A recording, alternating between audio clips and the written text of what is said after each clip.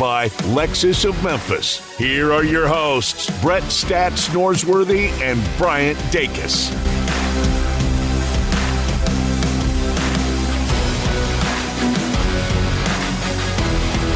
Welcome into Sports Time on a Friday. Bryant and Brett with you for the next 3 hours. A lot to get to as we wrap up the week here on Sports Time. Like I said, Bryant and Brett with you. Brett, how are you doing this afternoon?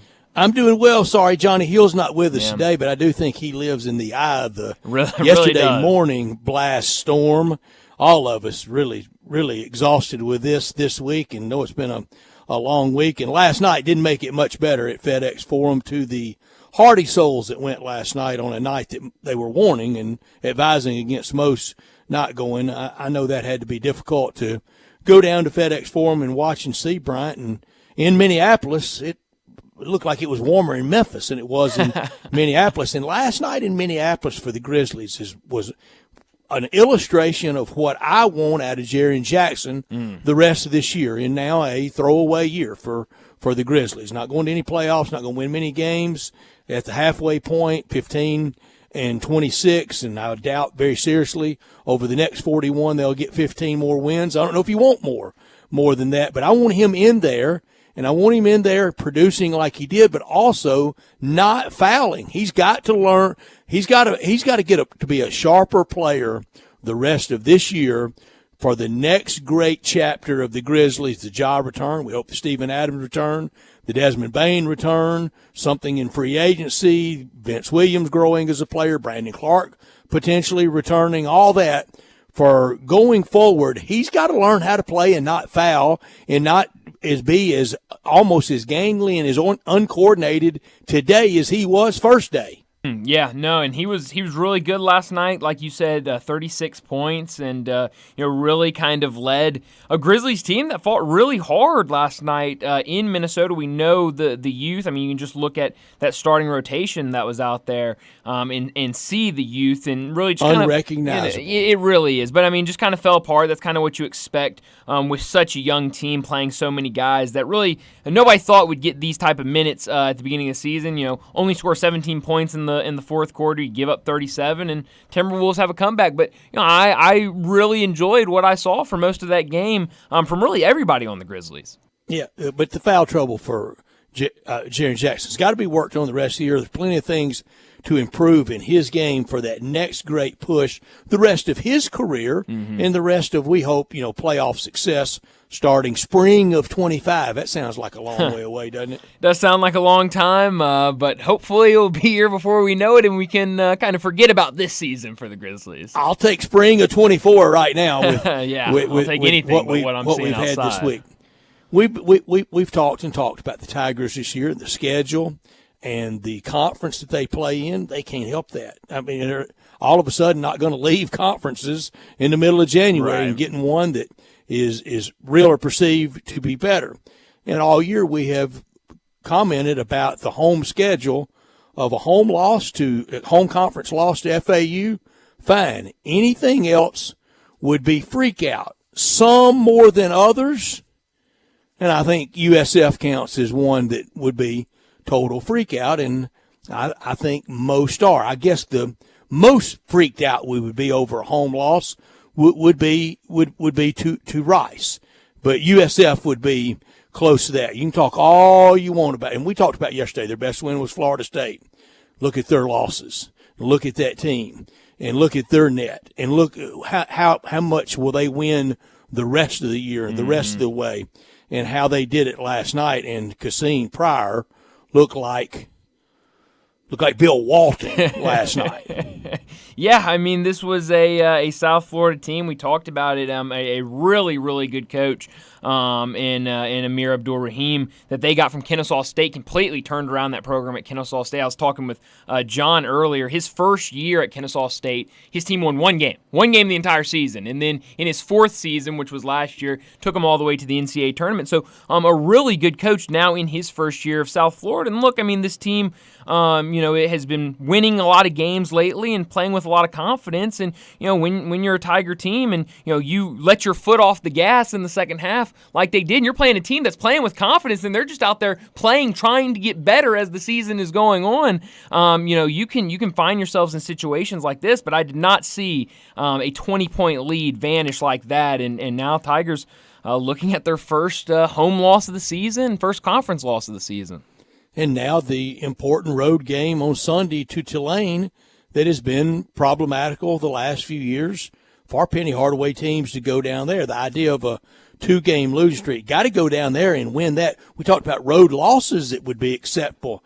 I don't know that it is that acceptable now, Brian, after what happened last night. That's got to be a win on Sunday in New Orleans, then the week off, the much-discussed week off, and then a road trip to Birmingham. I don't think they will, but how do you lose 3 in a row? You got to lose the first one to do it. Well, that's a really good point, Brett. And, now, we kind of talked yesterday about, Tulane has been a really tough opponent for the Tigers in the past, and nothing's going to change this year. And then you go, got that week off, then you got to go on the road to to UAB, and UAB. It sounds like they have close to a sellout, if not a sellout at this point, for that game. They're going to be ready to go, and so 2 tough road tests, I think, for this Tiger team. But Brett, we were talking yesterday about maybe if you drop one of those on the road, we didn't expect them to lose this game last night, and now you're really kind of thinking differently going on the road against Tulane, and now a lot more eyeballs are going to be on you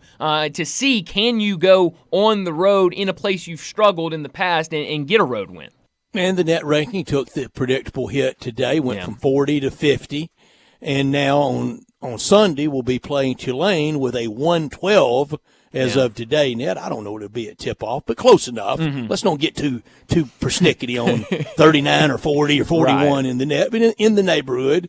And on Sunday, if even with a win on Sunday, the Tigers could drop a peg or two in the net with a win on the road on Sunday. I mean, that could or stay around 50 or so. And with a loss, it would be another 4, 5, 6, maybe more swing, and then you're really, the whole season's really going the wrong way. Yesterday we talked about a prescription for USF winning. I never thought they could win the game. When we did Tiger Bankroll, it went off at 11.5 for us. It started at 12.5 by tip, Bryant. That had gone down as soon as we signed off. We did Tiger Bankroll about 3:45 yesterday, didn't we? Yeah.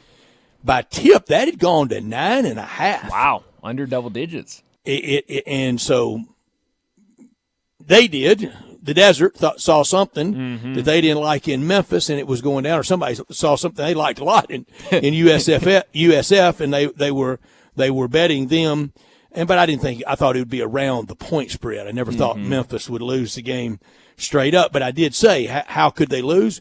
Make 10 threes and have around 10 turnovers. Yeah. Well, they made 10 threes. They had 11 turnovers. Close enough. Yep. And that was good enough for them to win it. The percentage of made threes against Memphis, I don't think is that important. I don't think the percentage is that important. I think just the number of makes, because USF was jacking them up in the first half. I mean, just utter heaves, not even really running stuff, and they weren't going in. Then they started making some, and here comes the anatomy of the comeback, and it was completed with the foul on Pryor, and he made one of two. And Coach Hardaway has been quoted far and wide as saying, not once, not twice, not 3 times, but 4 times he tried to get a timeout. I see no video evidence of that. When I watch the replay of it very, very, very close, I don't see him demonstrative at all. I don't see him giving the universal signal for timeout, timeout, timeout, timeout. Nothing at all like that. And according to people that were there, on a night that it was library quiet because of the lack of crowd, and the game ops and the band and things like that were sedated, or lessened. Nobody courtside said they could hear him saying that. Right. Yeah, I saw somebody posted a video on social media that I saw and kind of tried to slow it down or whatever. And anything that looked close to him calling timeout was very lackadaisical, very how Penny kind of is in a lot of ways. Of could not see the timeout signal. The universal, give me a timeout. No, not at all. And it looked like from what I was watching, so one of the refs fell while he was running, and then one was behind Penny, and the other was on the baseline watching Quinterly. And so the way he was standing, it was like he was not looking at any one official and did not have a clear line to an official where they could see him calling a timeout. Like you said, a lot of people around saying that they couldn't hear him, and if they couldn't hear him in the environment last night, then certainly was not being loud enough or demonstrative enough to show that he wanted a timeout. So no, I don't give much to that at all. All right, let's try to be fair. Let's give the benefit of the doubt and say he was screaming bloody murder and jumping up and down and giving the universal timeout, timeout. Give me a timeout. Let's say he was. Yeah. Before you go shoot the 2 free throws, he could tell Javon Quinterly in the huddle, hey, Javon, whether he makes 1 or 2, or even if he misses both of them, when you get to midcourt, we want a timeout. Right. Yeah. And it was coaching 101. Yeah, and it was very clear. Quinterly wanted that last shot. Obviously, he has confidence in that position, and this one, I guess now 2 for 3 in buzzer beater opportunities. And that's a great reply by you, Bryant. The shot they got had been the money shot. Right. Had been the cold-blooded JQ making this. They got that shot. Yeah, and it didn't fall, and so here's another one on the threes from South Florida last night. Okay, we heard after the Ole Miss game. That was Ole Miss's Super Bowl. Matthew Morrell lives for this game. Right. That's why he made all those threes. That's why Ole Miss made all those threes. Everybody makes threes on the Tigers. Yeah, no, it's this defense, and Brett, we've talked about it before. This defense has not been very good, and I'm sure we'll get to it in a second. But obviously, Penny Hardaway in his post game, kind of talking to what has been talked about in the past of kind of the lack of communication and maybe some chemistry issues with this team. But Brett, anybody that has watched this team play could have seen those all season long. I mean, that was nothing new last night. It's mainly on the defensive end. They don't talk, they don't communicate out there. It's been a problem all season long. The only thing that changed last night was Penny Hardaway put words to it after the game. And so the biggest issue with this team is defensively there's just no communications. They're over helping, they're crashing too hard and leaving that 3-point shooter open. It's not. These guys, it just seems like they all want the ball in their hands. They want to be offensive players. This game, basketball has kind of changed into everyone wants to be flashy and offensive, and there's just that lack of intensity defensively. I know Naquan Tomlin seemed like last night, Brett, to be the only player willing to speak after the game. I know he talked to Dave after the game. He also was the only player to meet with the media after the game, and he said both to the assembled media and to Dave Voloshin after the game, USF just played harder than us, and they definitely did. You could see it in the second half. That's it. He said the difference. They played harder. Yeah. What a searing indictment that is. Also listened to every word of Coach Hardaway post-game and read all the post-game comments that he had to make to print and to other people other than with the Hometown Network. And he made the comment with Dave that his coaching staff was the best prepared. Well, USF I don't think that's accurate. Yeah, no, I don't think they were either. Those words are accurate, but I don't think it's accurate in his assessment of his staff because it does not appear to be. It has not looked at. And last night you had 3 players play 30 minutes or more, and you had 5 players play 22 minutes or more. And inexplicably, Malcolm Dandridge only played 15 minutes, didn't play any down the stretch. Yeah. And the head coach said post-game that there are players that will not play with other players. Yeah, and that's kind of been the biggest thing that people have been talking about today. And Brett, I remember really early in the season.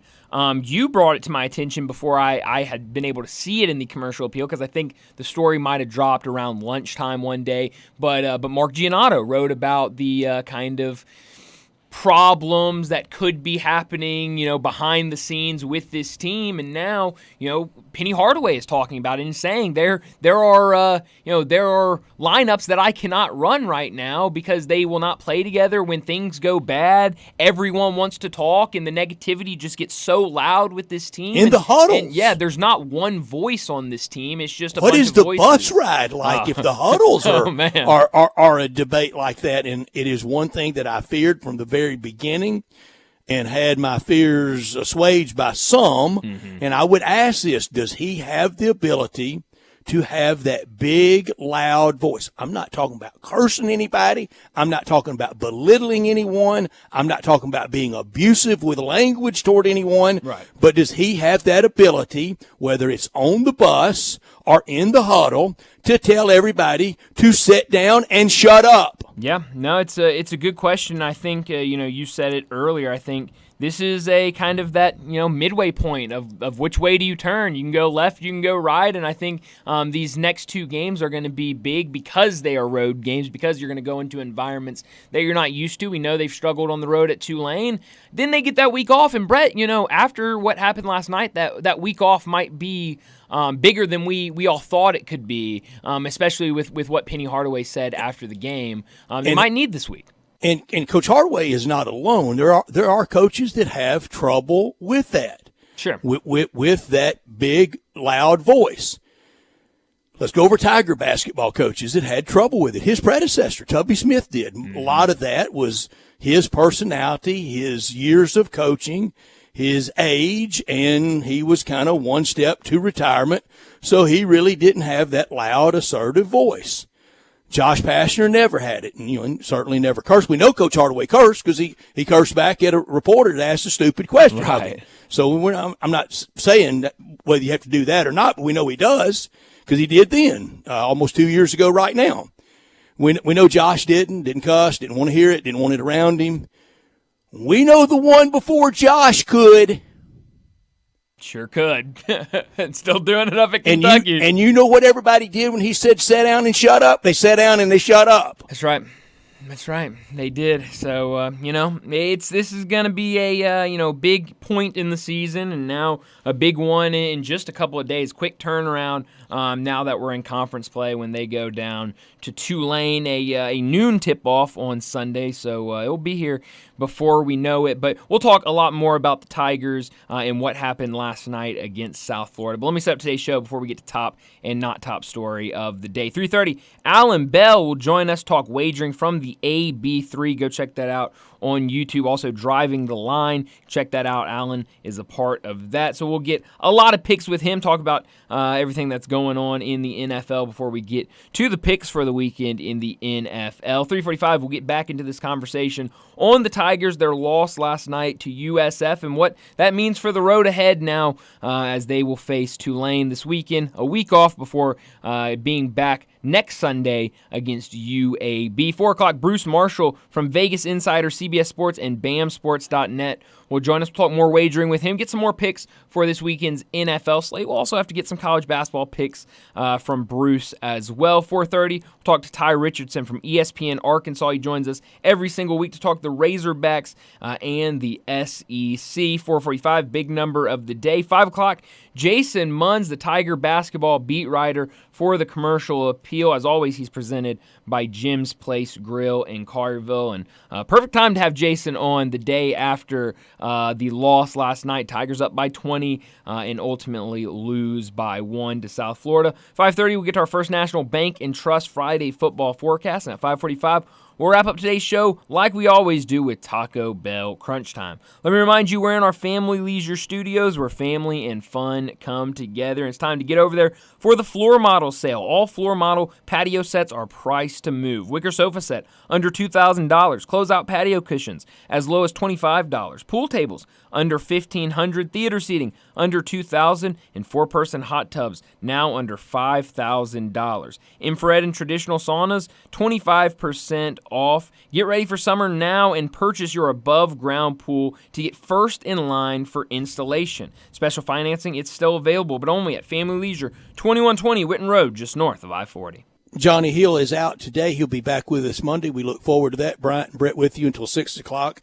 We are Sports Time, and we want your thoughts on last night and on the rest of the season at 901-360-8255. Was last night a one-off? Well, we look back on Selection Sunday and go, man, that Friday after the USF game, why was everybody so upset? Or is it the start of something? Do you fear it could be?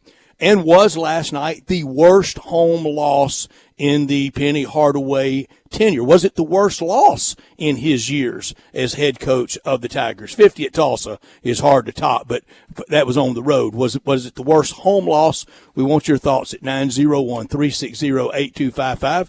And on the weekend ahead in the NFL, this hour of our show brought to you every day by Lexus of Memphis at 2600 Ridgeway and online at lexusofmemphis.com. The one and only Lexus dealership in town with great offers on all the 2024 models and always special leasing options. Driving luxury and confidence, knowing that every new Lexus comes with complimentary first and second maintenance services. Call them at 901-334-9673. But better stop by Lexus of Memphis, 2600 Ridgeway, and put yourself in the driver's seat of the all-new 2024 flagship LS500, and you'll be looking and you'll be driving in style. When you purchase a Lexus, you get top-of-the-line engineering and design, and they make for the luxury driving experience. Online at lexusofmemphis.com. Experience amazing at Lexus of Memphis. Top story of the day. Well, Brett, my top story of the day is obviously what everyone has been talking about today. The Tigers lost last night at home to USF. A 74-73 loss by the Tigers, one that came with a 2-minute scoring drought from the Tigers. They were 0 for their last 4 field goals, 2 of their last 10 field goals to end the game. The shots just weren't falling at the end. But when you look at kind of the shot selection in the second half, a little confusing. 2 for 15 from the three-point line in the second half. When you're up by 20, why are you taking so many threes? We know this team can be very hit or miss from three. Maybe they got too much confidence with what happened in the second half last weekend against Wichita State, but I thought way too many threes in that second half, and really just took their foot off the gas. They build this 20-point lead. Penny Hardaway puts in pretty much the entire bench late in the first half, and it really seemed like the Tigers thought they were going to walk to a 30-40-point win over USF. But just like that in the second half, it's now a 15-point game, a 10-point game, a 6-point game, 2-point game. Now we're tied, and it was just very, very odd how it happened, because, Brett, this is not how these Tiger games have gone. Usually it's been the slow start and then the build back to a win for this team. But last night it was a strong start. Like I said, got up by as many as 20 points. And then in the second half was really when we saw them fall apart. Give a lot of credit to USF. They played hard. Even Tomlin said it after the game that they just played harder than we did. I really like their coach, Amir Abdul-Rahim. I think a really, really talented coach. I think USF fans should be excited with what they've got with their football coach and their basketball coach. But in his first season at USF, I did not think this was a game that the Tigers would have lost last night, and I don't think up 20, a lot of people expected that last night. Now, quick turnaround for Sunday when they've got to go on the road, where they have really struggled against Tulane. Same for me. My top story, rather. My top story, Tigers take a humiliating home loss to a team that I don't think is very good. This team had lost to Maine by 11. That's not 6 Maine. That's Maine, as in the Black Bears. They lost to Hofstra by 19. Maine is 8-10. Hofstra is 9-9. The last 15 minutes of the game, Memphis scored 17 points, 5 field goals in 15 minutes, and now we hear team dissension for a lot of years in a row. Yeah. The source, not a columnist around town, not some blogger around town, not even one of those mean old talk radio guys. Who was the source about dissension? The man himself. The Savior himself, Penny. Wow. I was just I was surprised when I heard him say that last night. I was really surprised that we had gotten to that point. Not top story of the day. Well, my not top story of the day. Tomorrow we've got more NFL football after a week off. We've got the divisional round tomorrow. 2 games, Texans at Ravens at 3:30. That game on ESPN. 7 o'clock, Packers 49ers on Fox. Sunday, another doubleheader, 2 p.m. Bucks Lions on NBC. And then 5:30, I think the game that a lot of people are calling the game of the weekend, Chiefs and Bills on CBS. I saw last night, Brett, we kind of joked about it a little bit yesterday, but the Bills, again, inviting fans, $20 an hour to come shovel the stadium ahead of this game this weekend against the Chiefs. Take the daughter's winnings at the Australian Open and pay a company to clear the stadium. She's been playing Big well tight over there. wads. But it should be a really, really fun weekend. And, Brett, hard to believe that we're down to 8 teams. Next week, we'll be down to 4. We will. My not top story, and it's rare when my top and not's the same thing, but that's what it is today. Does this, with this one loss, I ask it for our listeners at the text line. We want your thoughts. Could this end up being an outlier? One game, really, really, really despicable, bad second half. Okay, we look back and no biggie. Or is this a sign of a suddenly really feuding team that can't play groups together, can't get along, maybe not like each other? Jordan Brown, get well soon. May need you. May need you for as a warm body. May need you Sunday at Tulane and at UAB the following Sunday. And both of those will be Super Bowls. Boy, it's a lot of Super Bowls against the Tigers. Why is that? That's a good question. I thought the Super Bowl only came once a year. No, everybody, Brett, and get used to it. Everybody, it's going to be their Super Bowl, Brett. I promise. But you think that's really the case with that many Super Bowls? I don't. Tigers have more Super Bowls in a regular year than we've had actual Super Bowls. That's right. That's a good point, Brett. No, I think people are confusing what a Super Bowl would be and what playing a top 25 team would be. I mean, both are very big. I think so too. But I would say for South Florida last night, I would say I don't know when they play FAU. I would say playing FAU would be a bigger game for them being in the same state. And that was really like a Liberty Bowl for at USF, wasn't it? I mean, I thought. I mean, it's big because Memphis being a top 10 team, but I don't know if I would call it a Super Bowl. Well, that'll do it for top and not top story of the day. Let's go ahead and get to our first break. When we come back, we're talking wagering with Alan Bell. We are real sports talk. Sports 56 WHBQ. Available on your radio dial at 560 AM and 98.5 FM, as well as around the world online at sports56whbq.com. Take us with you everywhere by downloading the Sports 56 app. And at home, just say, Alexa, play Sports 56. Wherever you are, stay tuned in to Real Sports Talk. Sports 56 and 98.5 FM. Roofs, and more roofs. Chris Price here with Metro Builders. Is your roof leaking? Do you have mold stains on the ceiling of your home or business? Is your carrier denying your claim or offering a repair simply because they don't have enough documentation? You need a contractor that performs work for insurance claims for policyholders each and every day, and Metro Builders is here to assist. Call Metro Builders. At Metro Builders, we provide free estimates, consultation, and claim repairs. Metro Builders' process of arriving, inspecting, diagnosing problems, and estimating is second to none, commercial and residential. Our team of Hague-certified technicians are standing by to assist you with providing estimates and photos to your carrier to document your loss. All you owe is what your policy states. No large fees on top of the final scope. We use high-grade materials and are certified by companies like Atlas, CertainTeed, Owens Corning, and Mulehide with labor warranties up to 50 years on all of our jobs. Metro Builders provides roof repairs across the Mid-South. Call Metro Builders to schedule your inspection free. Call me. 901-375-1717. That's 901-375-1717.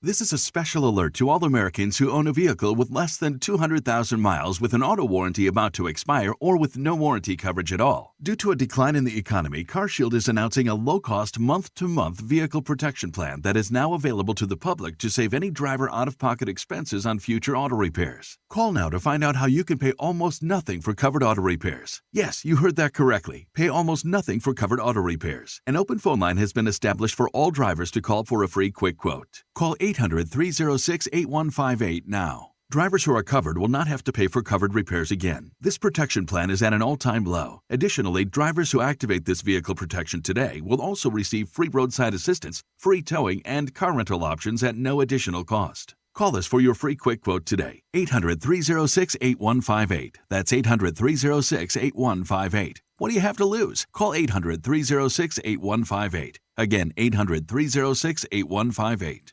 Let's make this the new year to drive your new Kia home from Gossett Kia on the Pike. Bobby J's waiting to put you in a new Kia today. So come hit the road with 41 MPG Highway and 2024 Kia Forte LXS, $239 a month, $27.99 due at signing. Or get 7-passenger seating in a 2023 Kia Sorento LX. We Gossett at $319 a month, $34.99 due at signing. And if you want your new ride to be a 2024 Kia Telluride LX, we Gossett at $449 a month, $34.99 due at signing. All 36-month lease plus Kia's 10-year, 100,000-mile powertrain limited warranty. So get to Gossett Kia today, 1900 Covington Pike. Online, KiaCovingtonPike.com. If you want it, we Gossett at Gossett Motor Cars. All 650 acquisition fee. Forte RE722-812, MSRP 21,590. Sorrento PG 242-710, MSRP 33,010. Telluride RG 462822, MSRP 38,705. Includes all rebates and incentives. Must finance through Hyundai. Excludes tax, title, and license. See dealer for complete details. Offer valid through 1/31/2024 with approved credit. Dealer stock only. At Grainger, we're for the ones who specialize in saving the day and for the ones who've mastered the art of keeping business moving. We offer industrial-grade supplies for every industry with same-day pickup and next-day delivery on most orders, all backed by real people ready to help. So you can get the right answers and products right when you need them. Call quickgrainger.com or just stop by. Grainger, for the ones who get it done. Step up your wings game at East Coast Wings & Grill. With 60 wing flavors and 7 heat indexes, do you have what it takes to turn the heat on your wings up to insanity? East Coast Wings & Grill is family-friendly with a large variety menu to satisfy the whole bunch. Sign up today for their loyalty program and taste the rewards. For every $1 you spend, you collect a point. Earn 100 points and receive a $5 reward. Next to Lowe's off Highway 64 in Bartlett, come try America's best wings at East Coast Wings & Grill. Let's make some money. It's time for Wagering Talk with Alan Bell from CBS Sports. Alan is the executive producer of Early Edge, part of CBS Sports Digital, and on Twitter X at Alan G. Bell. Here's Alan with Bryant and Brett. Alan Bell joins us now from the AB3. Go give that, I guess subscribe would be the right word on YouTube. But go over there, subscribe. Also part of Driving the Line. Alan Bell joins us now. Alan, thanks so much for joining us. I know you are continually building what y'all got going over there at the AB3, Driving the Line. What can people expect this week? What do you have coming up? Yeah, definitely, man. Appreciate you guys having me back. And, yeah, absolutely, man. So, Driving the Line is, that's our show. That's our sports betting brand. And that's where we're going to have a daily show, 10 a.m. Eastern, every single weekday. And then we will be live Saturday and Sunday, an hour before the first playoff game start, to break down not only your best bets, but we have former NFL offensive coordinator, college football assistant head coach, alongside us to break down exactly why these bets are the ones to take and which ones to stay away from. So whether you're a brand new bettor or experienced in the game, man, come check us out at Driving the Line on YouTube. I assure you, you'll enjoy it. Tell us about your entire cast. Who all's a part of this? Who we see? Who we get to know? Yeah, man. So it's hosted by Jonathan Coachman. If you remember him from the WWE, Sports Center, ESPN. The coach, right? Yeah, the coach, baby. Yeah, absolutely, man. That's our host.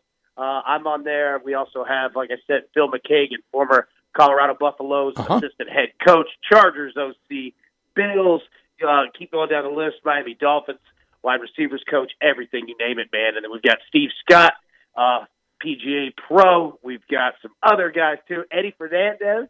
All right, long drive champion, breaking down golf for you, too. I'm telling you, man, we've got really great people.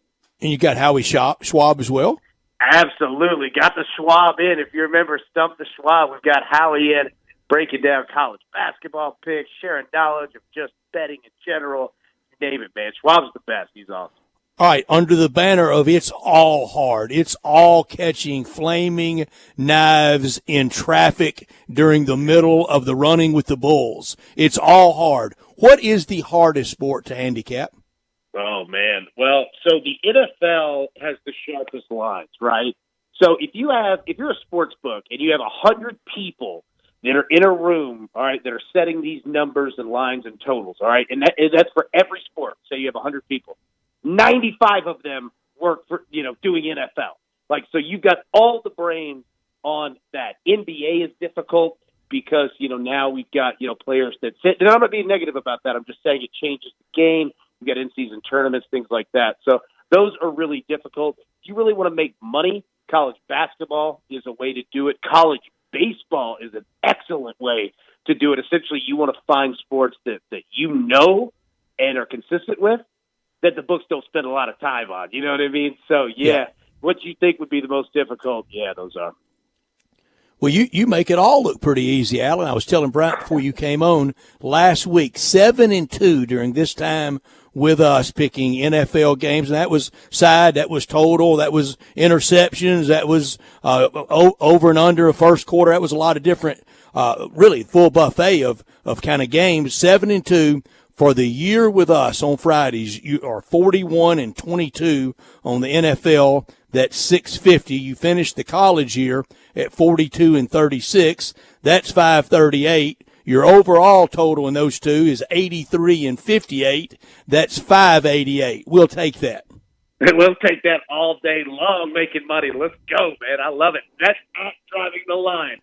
Go check us out, man. I think you'll enjoy it. Absolutely. All right, well, before we get to some picks, I know now after hearing how well you've been doing, everybody wants some picks, but I got to be selfish for a second, talk about the Cowboys. What did you make of their decision to bring back Mike McCarthy for another season? Did you think that was the right move? Did you expect that move? What was your first thoughts when you saw that a couple days ago?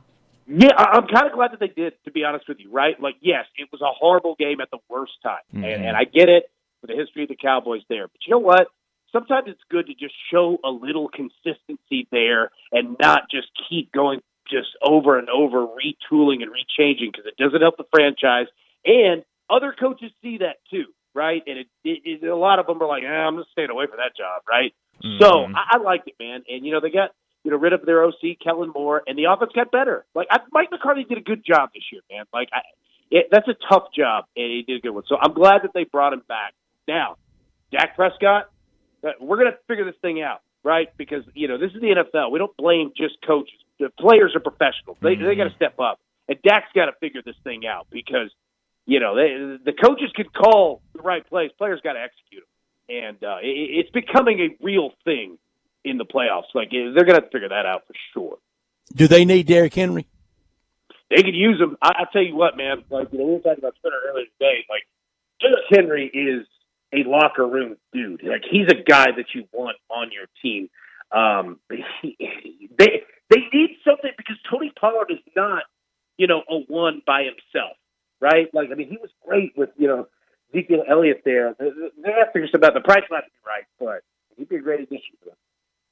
Yeah, absolutely. Well, let's get to some of these games for this weekend. I want to start off with the first game of the weekend. The Texans, C.J. Stroud, what he did last week against the Browns, I don't think anybody or many people expected them to go out and beat the Browns the way they did, but now they've got to go on the road to Baltimore against the Ravens. Right now, Baltimore, a 9.5-point favorite at home. That total sitting at 43.5. What do you like in the first game of the weekend? Yeah, you know what? I'm going to roll with the under in this game. And we've seen the total drop, I think, from, 46.5, 45.5, now down to 43.5, as you mentioned. But I'm going to roll with the public on this one. I think that they're right. Look, because Baltimore, first off, Lamar Jackson doesn't have a great playoff history either. He's only won one playoff game, okay? Number two, Lamar and the Ravens, they haven't played a meaningful game in 3 weeks. Like, that does matter. I'm not saying that they can't come out and look great. They can. But I think that the game plan for Baltimore is that they have bigger things on their checklist. So it's not about coming out and being perfect and winning 45-10. It's about winning the game, survive, and advance. So I think that what they want to do is run the football, don't turn it over, punt, play field position, and use Justin Tucker an excellent field goal Automatic. kicker. Absolutely. And, the best way, their best defense is going to be their offense keeping Houston off of the field. You just don't give them chances to score. So I think they're going to try to run a lot of clock. I like the under in this one, much more than playing a 9.5 spread. Anything there on Justin Tucker on over-under field goals made? Yeah, so the number's set at 1.5. I believe the juice is around -125, -130, so a little juicy there. But, if there's ever a time to play Justin Tucker, that one is solid. Also, Lamar Jackson over 9.5 rush attempts. Absolutely. I like that play as well. All right, second game tomorrow afternoon in Santa Clara, tomorrow night in Santa Clara on Fox. 49ers 9.5 over the Packers, and the Texans would love to have C.J. Stroud have a first drive like Jordan Love had last week against Dallas. Boy, you ain't lying there. Now, here's the hard part. San Francisco does that regularly. All right, look, I like the Packers. I love everything about what they've done this season with Jordan and Matt LaFleur and Aaron Jones and the defense. They've been playing great football. It's the end of the road. The 49ers know exactly what time it is. They're finally healthy, and I think that this team comes out and handles their business. There's going to be rain in Santa Clara, so be careful of that, which, again, helps San Francisco. Because you want to talk about a team that's going to run the football. They are going to be running the football, man. So I like them. I'll tell you what, I'll take the 49ers -9.5. I know that that's a large number for a regular season game, much less in a playoff one. But I don't see Green Bay having that type of a game 2 weeks in a row. Not out there. Yeah, give me San Francisco. It might not be the highest scoring game in the world, but the 49ers, they're going to pour it on. I like San Francisco. It was really cool seeing last weekend in Detroit, watching the Lions win that game, their fans celebrating. I saw on Twitter, there was a kid at the game. He was at the Detroit Lions game, had a Detroit Lions hat on, and was wearing a Michigan Wolverines t-shirt. And someone quote tweeted and was like, this kid in the last 2 weeks has experienced more joy in being a Michigan sports fan than I have in my 30 years of existence, or something like that. It's just hilarious to see them succeeding. But now to Sunday, I should say, at home again against the Buccaneers, who looked really good last week against the Eagles. Right now, Detroit a 6.5 point favorite. That total sitting at 49.5. What do you like in that one? Yeah, definitely. And, that cracked me up too, because it was during New England's run, there was a kid that was at every celebration, and he was 12, and he had 5 rings. Yeah. It's Boston fans were it's not this easy. Yeah, exactly. He was all I know is the Red Sox and Patriots just always win, and they're dude, we had 80 years of fans. So yeah, it's funny. Look, man, I like the Lions in this one. I'm going to take them with the spread 6.5. Nothing against the Bucs. I like Baker Mayfield. This team has a great defense, great run defense, and they've overachieved. You got to give them credit there, but I think that if you look at how last week went, all right, Tampa was playing with house money, all right? Now, they housed the Eagles, but if they had lost that game, everybody would have been like, you know what, good season. Got farther than we thought that they would.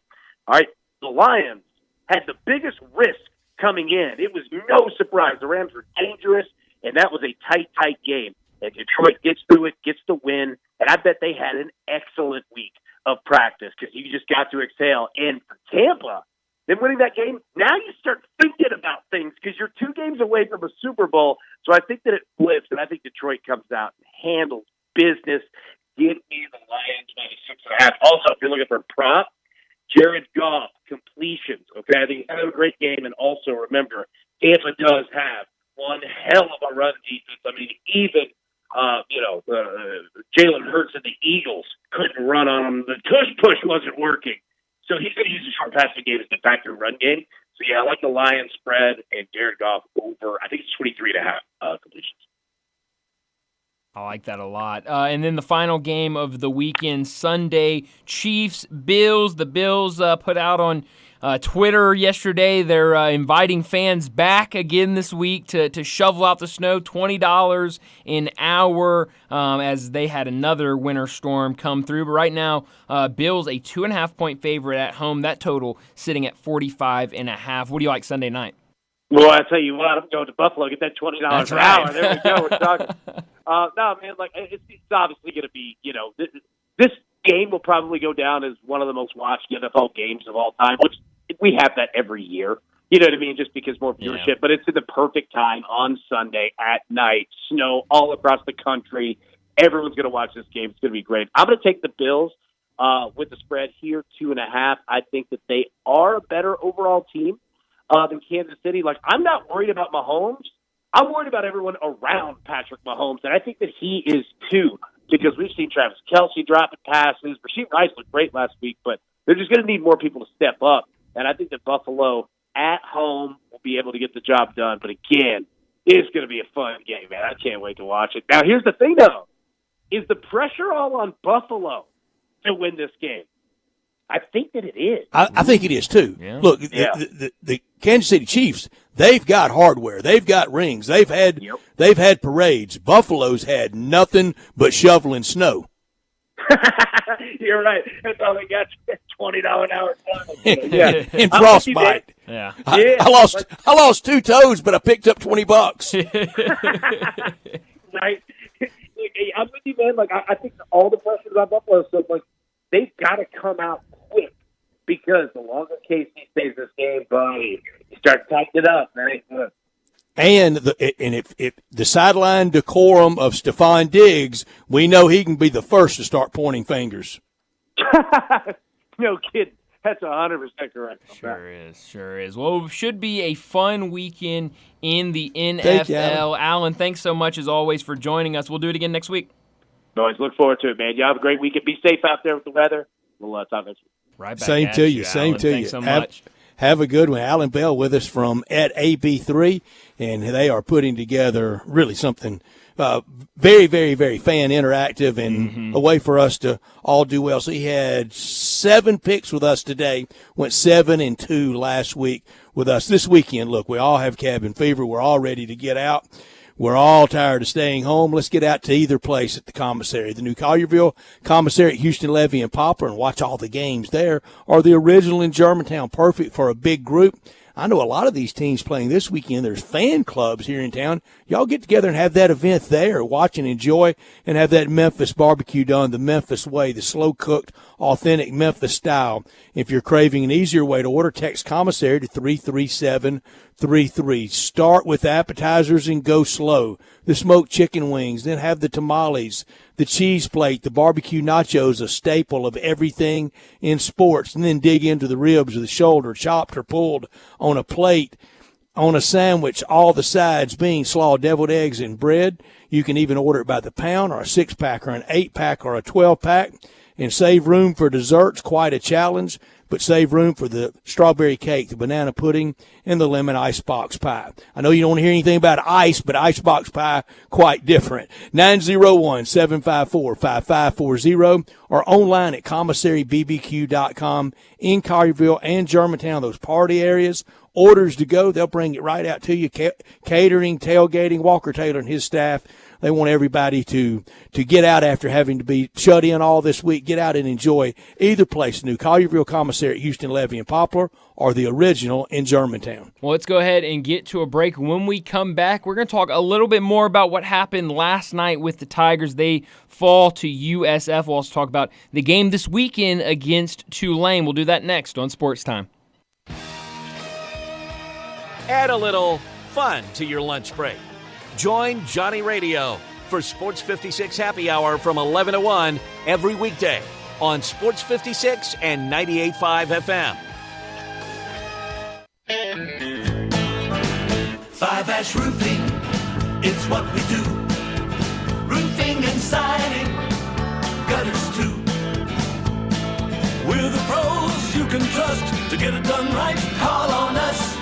5-Ash Roofing, the name to know. 5-Ash Roofing, the only way to go. 5-Ash Roofing, it's what we do. 5-Ash Roofing. Is that not the corniest thing you've ever heard? Can you believe I paid good money for that silly jingle? Well, the experts say make it memorable, and I think I got my money's worth. 5-Ash Roof Services, proud partner of the Memphis Tigers and the official roofer of the Tigers home team. 5-Ash Roofing, 367-0050 or memphisroofer.com. 367-0050 or memphisroofer.com. 5-Ash Roofing, it's what we do. We're here for you. Make your next grill your last with the Big Green Egg at East Memphis Ace. Smoke, bake, roast, sear, and grill, all with a lifetime warranty. Ready to cook in only 15 minutes with cook temperatures below 200, above 700, and anywhere in between. Change your at-home cooking experience for life with our unmatched, authentic wood-fired grill flavor that has our customers raving. Get your Big Green Egg and all our accessories at East Memphis Ace on the corner of South White Station and Quince Road. Cashback is not available on gas in New Jersey and Wisconsin. Billy, your gas light's on. We need to stop and fill up. No way, Jen. Gas around here is too expensive. We can make it a little further. Billy, listen to your big sister. You don't need to drive all over searching for the lowest gas prices. Do what I do and use Upside. Upside? Do you live under a rock, Billy? Upside is the hottest cashback app out there. It's free to download, and you get real cash back for every gallon of gas you buy. I use it all the time, and I've already made around $200. You can make that kind of cash back just for buying the gas you have to buy anyway? Yes, I'm looking at the Upside app now, and there's a gas station at the next exit offering 25 cents per gallon cash back. Okay, I'm stopping to download Upside and fill up my tank. Download the free Upside app now to earn cash back every time you buy gas. Use promo code ROLL to get an extra 25 cents per gallon on your first tank. You can cash out anytime right to your bank, to PayPal, or a gift card for Amazon and other brands. Just download the free Upside app and use promo code ROLL for a 25 cents per gallon bonus on your first tank. That's code ROLL for a 25 cents per gallon bonus. Looking for your next car? Give Car Corner a try. Car Corner, located at 2653 Mount Moriah. They specialize in cars under $15,000. Bad credit? No problem at Car Corner. CarCornerMemphis.com. That's CarCornerMemphis.com. They even have cash cars under $7,000. That's Car Corner at 2653 Mount Moriah. CarCornerMemphis.com. Look for the building with the teal green roof.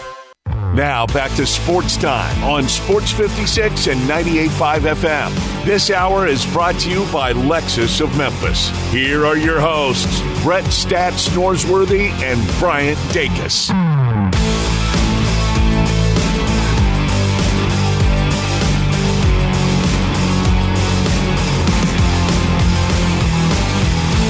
Well, we talked a lot to start the show about the Tigers and their loss last night to South Florida. We'll talk a little bit more about it here. We did get an interesting text to the text line. Text your thoughts about last night's game, or really anything we talk about, 901-360-8255. For the text line. Text we got earlier, could it be that college basketball with the transfer portal is more like AAU basketball now? And also, these kids are more interested in their NBA status and their NIL than the NCAA tournament. Hey, that could be part of it. I mean, when sure could be. Especially, I think it is, yeah. And especially when you kind of throw a team together like, and not saying it's... Go ahead. I'm not meaning this as ugly as this word's going to sound like. I'm going to use nomadic first, then I'm going to use mercenary second. Okay. Mercenary is kind of the word that could cut the wrong way, sure. And I don't mean it that way. I don't mean it as incendiary as it sounds, but we are in a very nomadic, mercenary period of college sports. That texture, that's a really good text. Yeah. That texture highlights on that. You would think with that kind of upheaval, that kind of world coming from the AAU world, that Coach Hardaway could and would thrive in it. Mm-hmm. He has not. Yeah. He has had one NCAA tournament win, and now the standard this year is still, for me, get to that second weekend. That means winning two before any big overarching comments. And if you're going to be the portal king, and I think, who would you call the portal king of college basketball? If let's give it that Lane Kiffin is in college football. Yeah. Who would you call the portal king in college basketball? Penny Hardaway is up there. Eric Musselman's way up there. Eric Musselman's up there. Those are probably the two that first come to mind. All right. First time it kind of came a cropper for Eric Musselman on not getting the chemistry just right. This year at Ole Miss, Lane had the chemistry right. Last year, it came undone on him. Right. After a first loss, a lot of finger pointing, blame game. The incentive to play had been reduced. Yeah.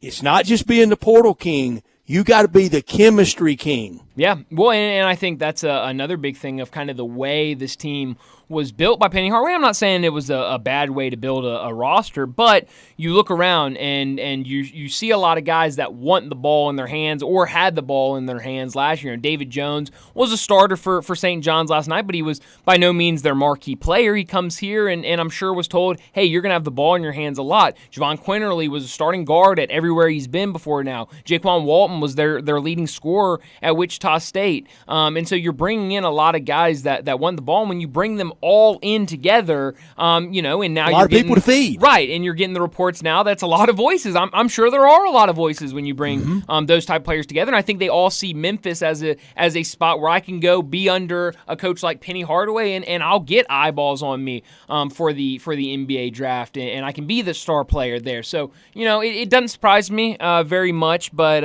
it is certainly interesting. It also really shines the light on how great Kendrick Davis was last year. Running, ball in his hands, leader of the team, but then at the tournament, had the celebrated kind of come apart there at the worst time of the year there in another game that, timeout wasn't granted. Boys, a lot of timeouts not granted too. A lot of Super Bowls and a lot of how'd that happen thing happened. So what is the next loss on the schedule that the Tigers just can't have?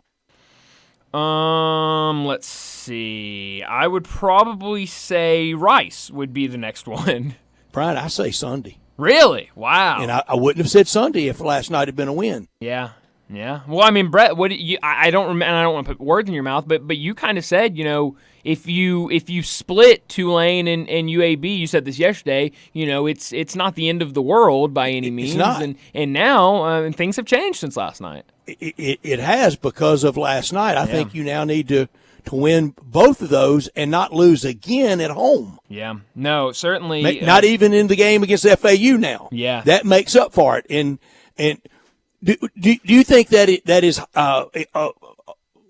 too loud, over-exaggerated, hyperbolic to say worse home loss in the Penny Hardaway years? Would you say true or false to that?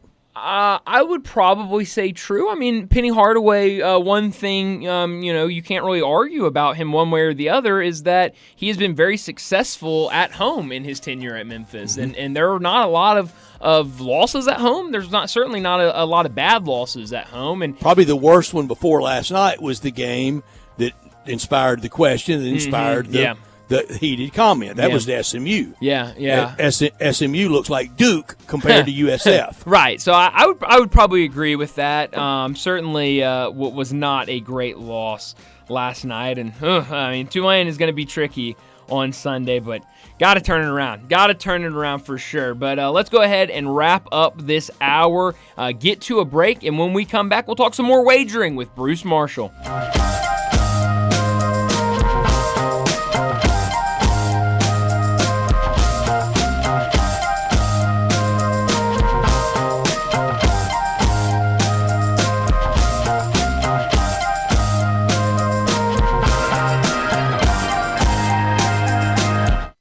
Roofs, and more roofs. Chris Price here with Metro Builders. Is your roof leaking? Do you have mold stains on the ceiling of your home or business? Is your carrier denying your claim or offering a repair simply because they don't have enough documentation? You need a contractor that performs work for insurance claims for policyholders each and every day, and Metro Builders is here to assist. Call Metro Builders. At Metro Builders, we provide free estimates, consultation, and claim repairs. Metro Builders' process of arriving, inspecting, diagnosing problems, and estimating is second to none, commercial and residential. Our team of Hague-certified technicians are standing by to assist you with providing estimates and photos to your carrier to document your loss. All you owe is what your policy states. No large fees on top of the final scope. We use high-grade materials and are certified by companies like Atlas, CertainTeed, Owens Corning, and Mulehide with labor warranties up to 50 years on all of our jobs. Metro Builders provides roof repairs across the Mid-South. Call Metro Builders to schedule your inspection free. Call me. 901-375-1717. That's 901-375-1717. All 650 acquisition fee. Forte RE722-812, MSRP 21590. Sorrento PG 242-710, MSRP 33010. Telluride RG 462822, MSRP 38705. Includes all rebates and incentives. Must finance through Hyundai. Excludes tax, title, and license. See dealer for complete details. Offer valid through 1/31/2024 with approved credit dealer stock only. Hey, Jeff Allen, Happy New Year, dude. Hey, what's happening over there at Gossett Kia South Mount Moriah? Let's start the new year off right in your new Kia with 41 MPG Highway 2024 Kia Forte LXS $239 a month, $27.99 due at signing. Got a big family? Get a 2023 Kia Sorrento LX $319 a month, $34.99 due at signing. Plus a 2024 Kia Telluride LX $449 a month, $34.99 due at signing. All 36 months lease. And every Gossett Kia comes with Kia's 10-year, 100,000-mile powertrain limited warranty. And stop by and see the all-new EV9 all-electric SUV. So whether you live in Horn Lake, South Haven, Olive Branch, or Memphis, you'll be happy at Gossett Kia on Mount Moriah. 2680 Mount Moriah or KiaMTMoriah.com. Life insurance. Why are you putting it off? Can't afford it? Too much hassle? Think you don't need it? There's lots of excuses for putting off life insurance. But if you weren't there, who would pay the mortgage and other bills? With Ethos, you could be covered in 10 minutes and boom, family protected. Ethos, fast and easy online term life insurance. Up to $2 million in coverage with no medical exam. Some policies as low as $1 a day. Answer a few health questions and get your free quote at getethos.com. That's getethos.com. For the latest from the world of golf, tune in every Saturday morning from 9 to 11 for the Golf Shop Radio Show, presented by PlayGolfMyrtleBeach.com, the golf capital of the world. Hosts Mark Greenhelge and Matt Blanchard talk golf from tee to green and everything in between. If you like golf, you're going to love Golf Shop Radio. Before you tee up, drop on in. Welcome to the Golf Shop here on Sports 56, real sports talk. We all appreciate luxury. We love the newest technology. We want something that sparkles and looks great. Well, I've got it all in one place. It's called Genesis of Olive Branch, right at the corner of Highway 78, that's Lamar, and the first exit in Mississippi, that's Craft Road. Turn left and you will see Genesis of Olive Branch. And right now, you can get the 2024 Genesis GV70 starting at $49,480 with special financing as low as 3.49% on select models. How about the 2024 Genesis GV80? A little bit bigger, starting at $55,995, financing as low as 5.49% with a $2,000 rebate when trading a luxury brand. Call them. They'll even bring you a Genesis at your work or your home for a test drive. They're convinced that when you drive a Genesis, you're going to want one. Call 662-890-6684. Ask for Vinny. Genesis of Olive Branch. We are Sports 56, WHBQ Memphis, and W253DF Memphis, Flynn Broadcasting Stations. Joining the guys every Friday is college football historian and Vegas legend Bruce Marshall from Vegas Insiders, CBS Sports, and his own website, bamsports.net. With over 30 years on Memphis radio, with handicapping and sports talk, here's Bruce Marshall with Bryant and Brett.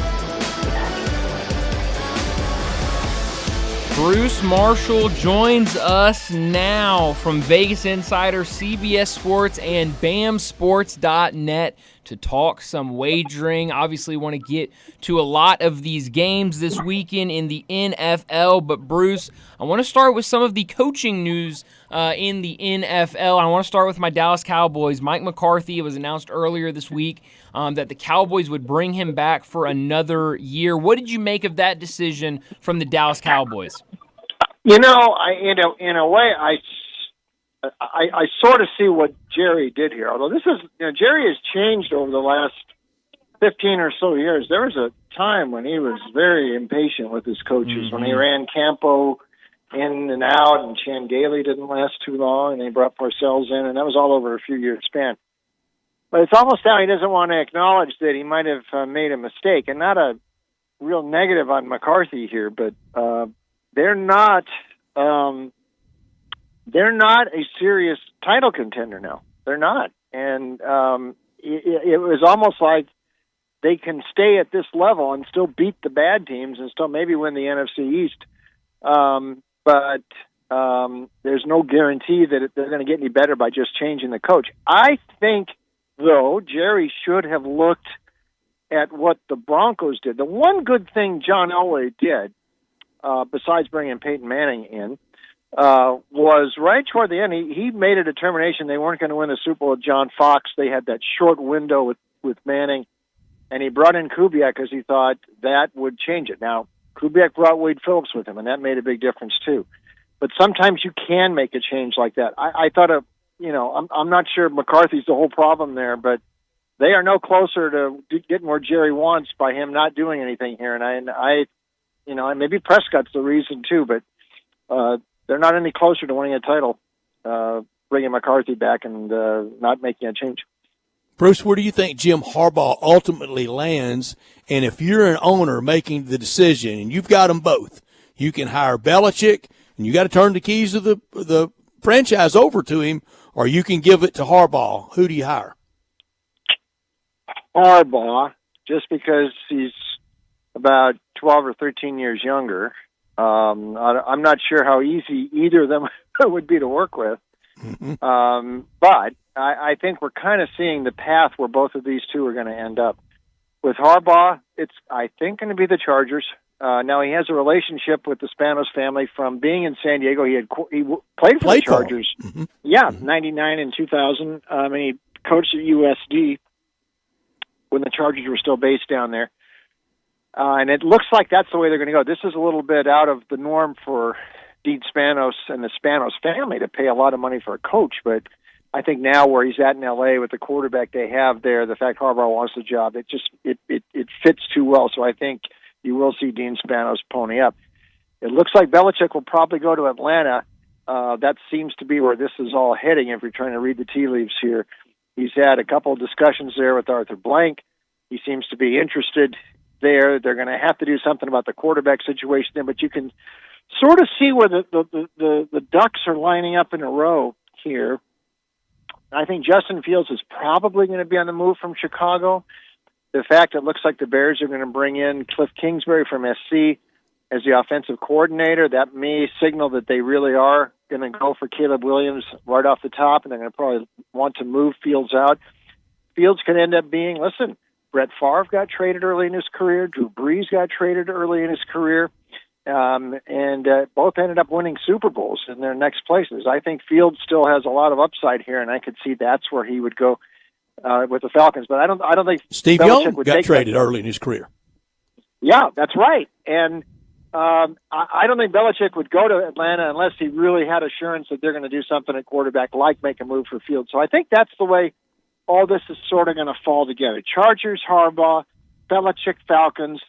At some point here before the draft, the Bears make a trade and they send Fields probably to Atlanta, although they may be on the market for somebody else. But I think it's going to look something like that. But those two, I think that's where they're going to end up. And Pierce probably ends up with the Raiders. I think that might be finalizing today, actually.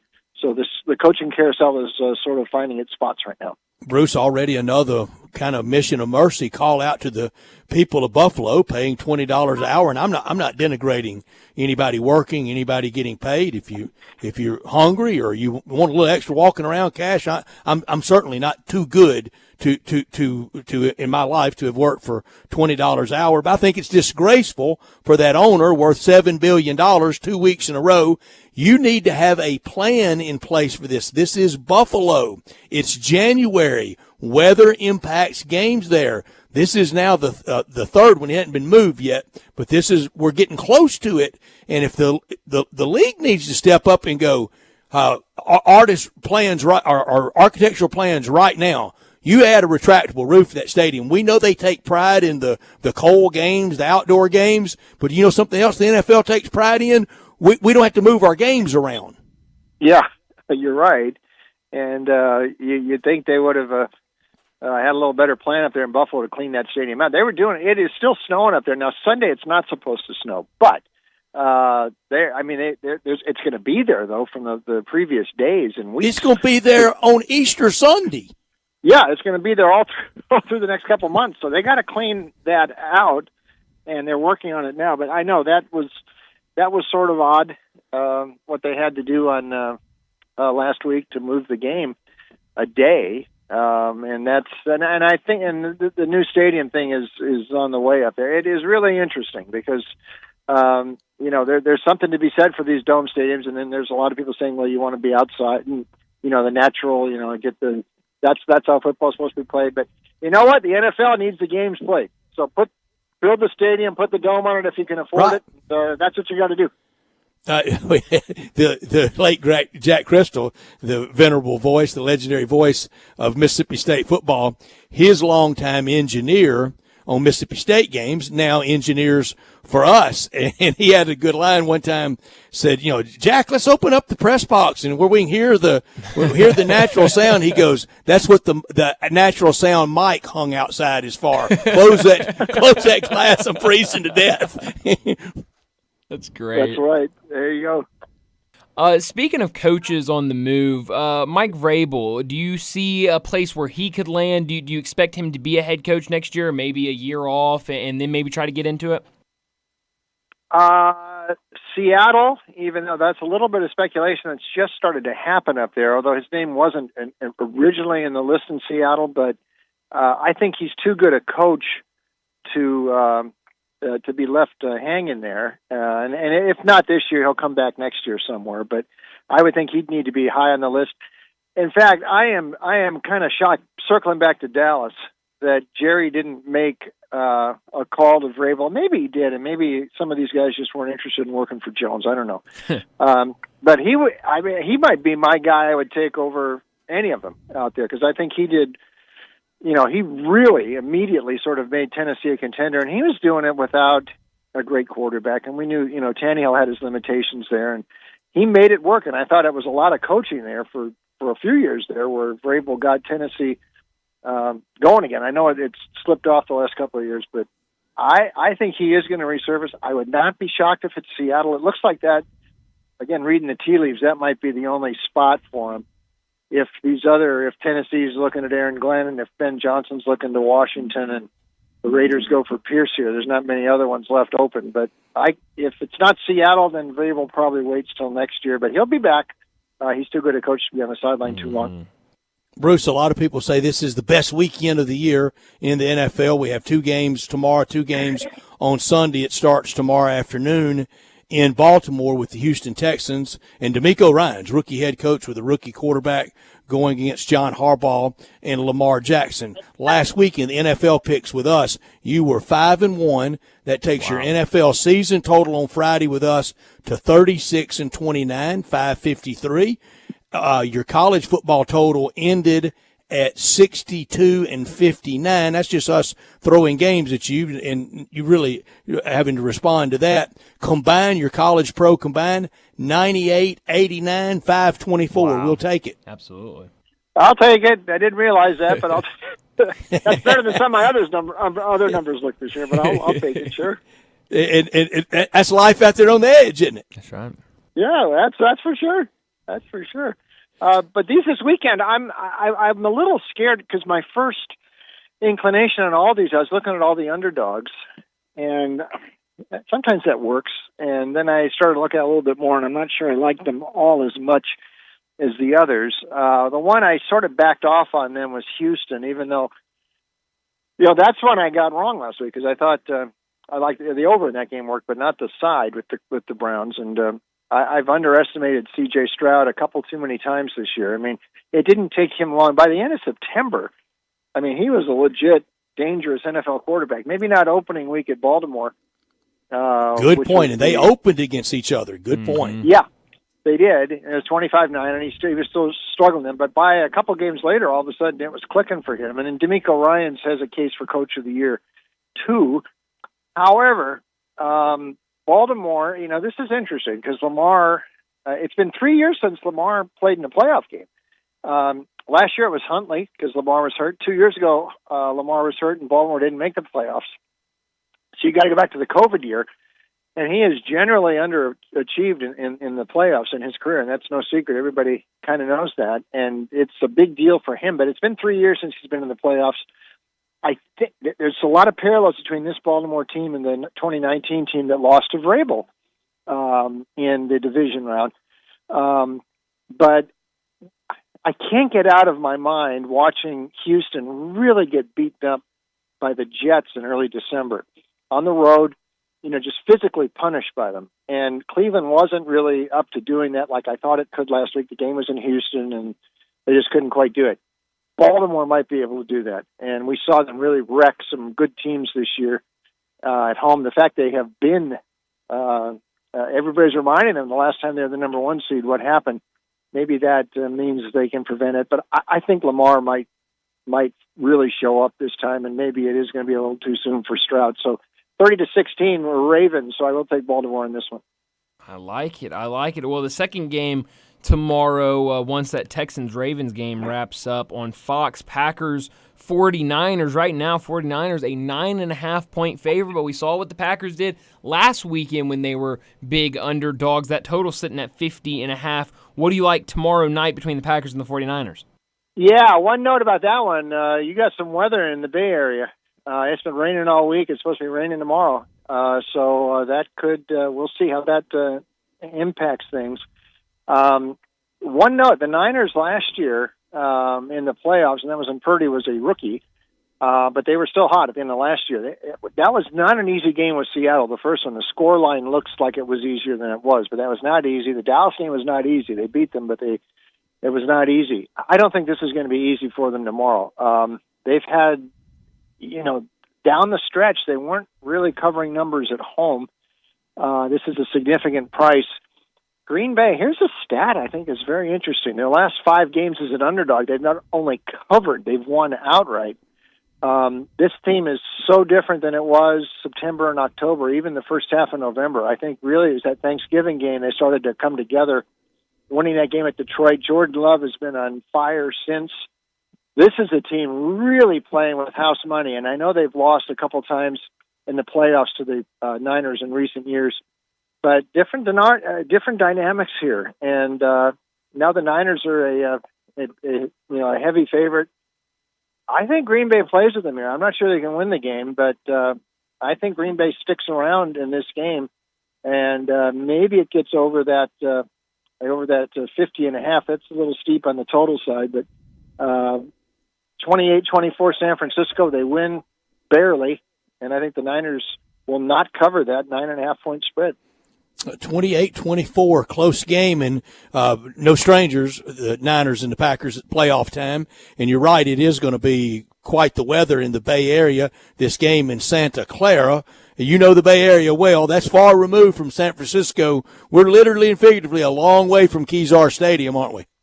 Oh, yeah. I mean, this is almost in San Jose, so it's way down the peninsula there, much, much different. But it had been raining up there all week. My daughter lives about 10 minutes away, and yeah, it's been raining up there all week, so it should be raining tomorrow for sure.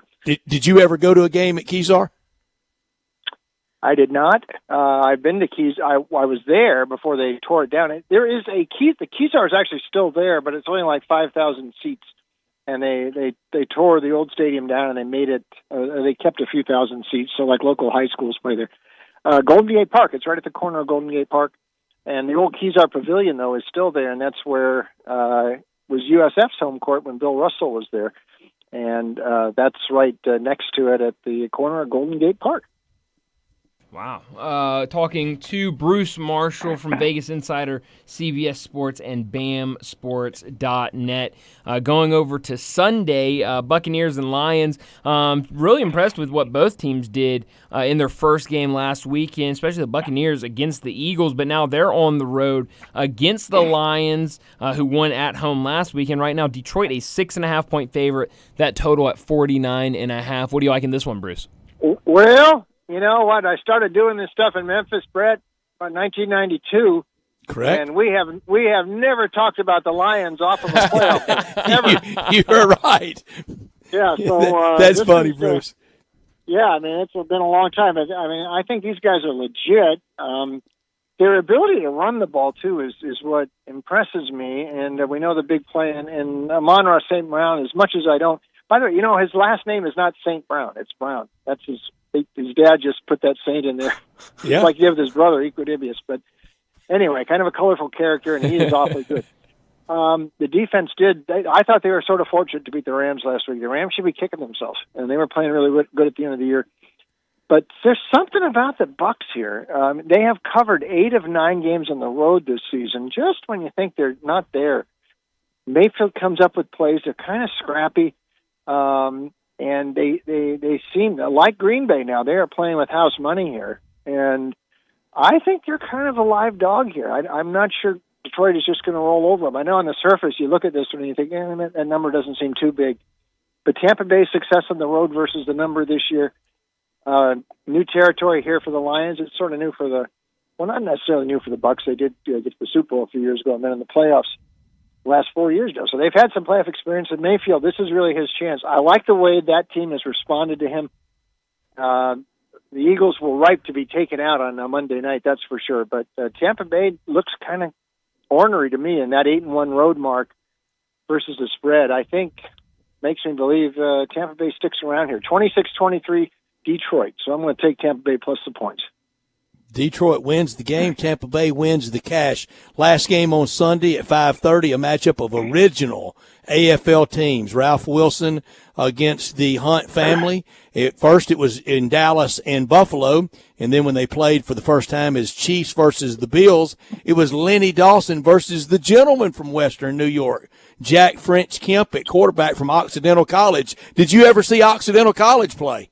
I sure did. Not when Kemp was there. That's before me. But I went to Bob Boyd's basketball camp at Occidental College. You're kidding me, Bruce. I had no idea. Wow.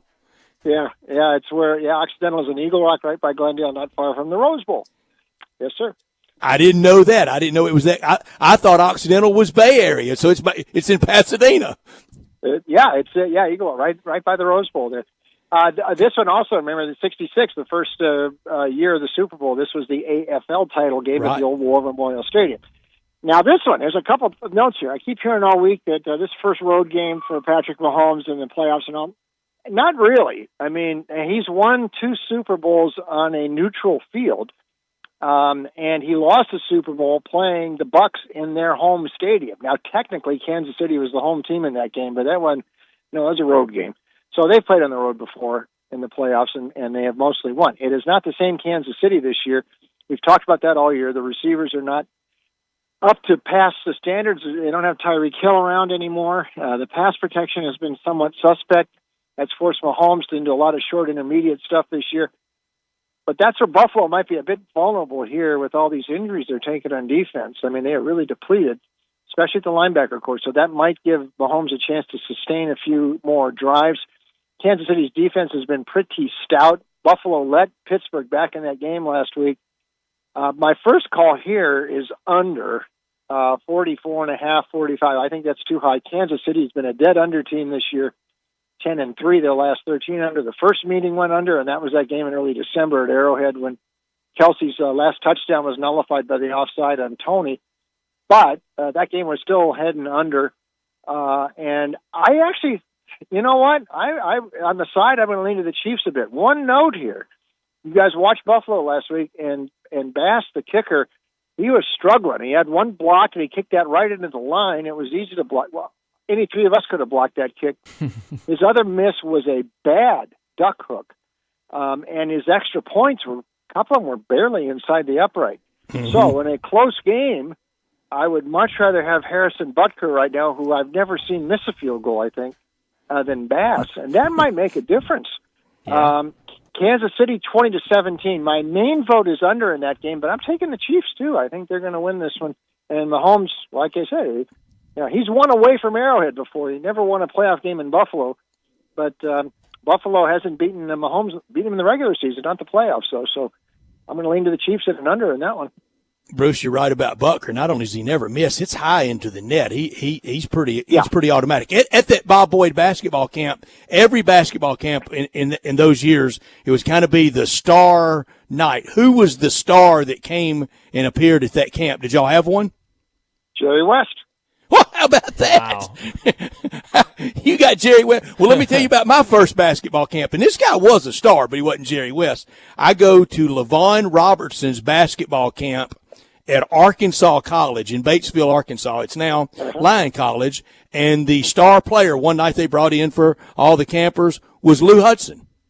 Ah, okay, sure. And Lou Hudson was a good player, but he wasn't Jerry West. Yeah, and I can remember the question I asked Jerry West. I asked him if he thought Jimmy Price, who was a rookie for the Lakers at that point, and Travis Grant were going to become superstars. That was the question I asked him. Travis the Machine Gun Grant, remember him? Great question. Yeah, and he didn't quite say. He thought they'd be good. He wasn't quite ready to say they'd be superstars. But I remember the question I asked him for sure. I say this respectfully and lovingly. I really do. And I went to Eddie Sutton's basketball camp summer of 1976, I think a year after I went to LaVon Robertson's. And you know who the star of Eddie Sutton's camp was? Eddie Sutton. That's Eddie who Sutton, it was. there you go. Now, World B. Free was at the camp, though. But people really didn't know of the legend of him quite yet. Wow, okay. That was after Guilford? Yeah, right after, right after. And Eddie was trying to get him to come to Arkansas. Wow, okay. Wow.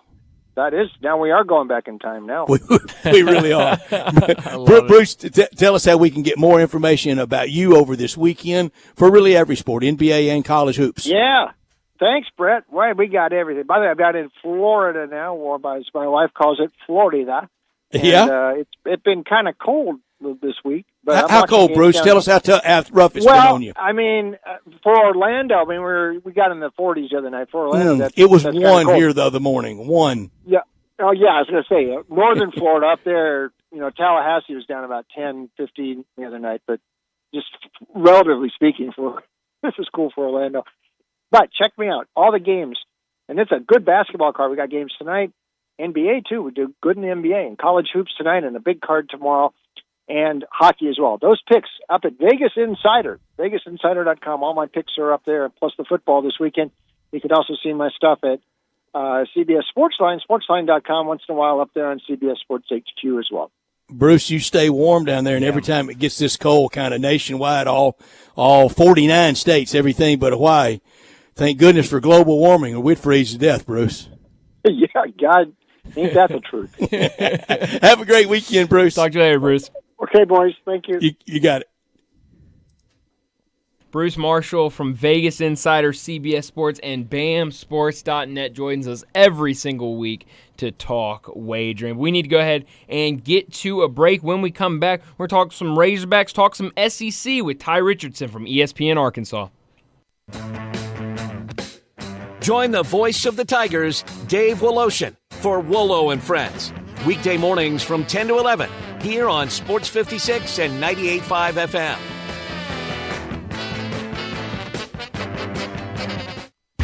Step up your wings game at East Coast Wings and Grill. With 60 wing flavors and 7 heat indexes, do you have what it takes to turn the heat on your wings up to insanity? East Coast Wings and Grill is family friendly with a large variety menu to satisfy the whole bunch. Sign up today for their loyalty program and taste the rewards. For every $1 you spend, you collect a point. Earn 100 points and receive a $5 reward. Next to Lowe's off Highway 64 in Bartlett, come try America's best wings at East Coast Wings and Grill. There's an institution in East Memphis that I love talking about. It's the Spirit Shop at 4848 Poplar Avenue, right down the street from Clark Tower, and it looks like a log cabin. It's been around Memphis since 1969 with a family-owned, friendly, knowledgeable sales staff that is just a wonderful place to go. I love going in and talking wine or bourbons, and they've got such great selection. So if you've not visited the Spirit Shop in a while, it's been remodeled. You'll love what you see when you need spirits. Tell Eddie Wollo said hello. Prescriptions require an online consultation with a healthcare provider who will determine if appropriate. Restrictions apply. See website for details and important safety information. Subscription required. Price varies based on product and subscription plan. Hey guys, did you know there's a generic form of Viagra that works just the same, but is 95% cheaper? And you can get it online? Just go to hims.com/joy. Through Hims, you'll get a free medical consultation, discreet shipping if prescribed, a 100% online process, and trusted generic alternatives to the name brands at up to 95% off. That's right, get generic for Viagra, the same active ingredient as brand name Viagra, but for 95% less. It's the same medication, still prescribed by a licensed medical provider, but with zero copay, no expensive appointments, and no awkward face-to-face conversations. To start your free online visit, you need to go to this exclusive address, hims.com/joy. That's hims.com/joy for your free online visit. HIMS.com/JOY.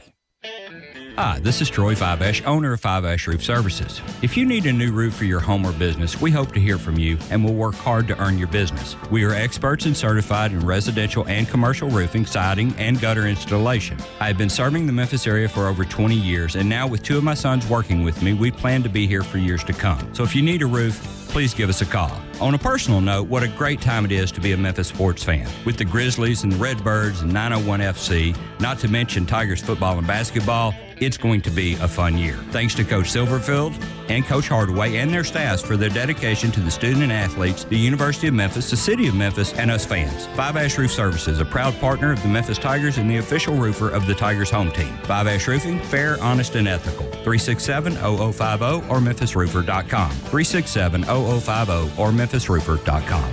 Fiveash Roofing, it's what we do. We're here for you.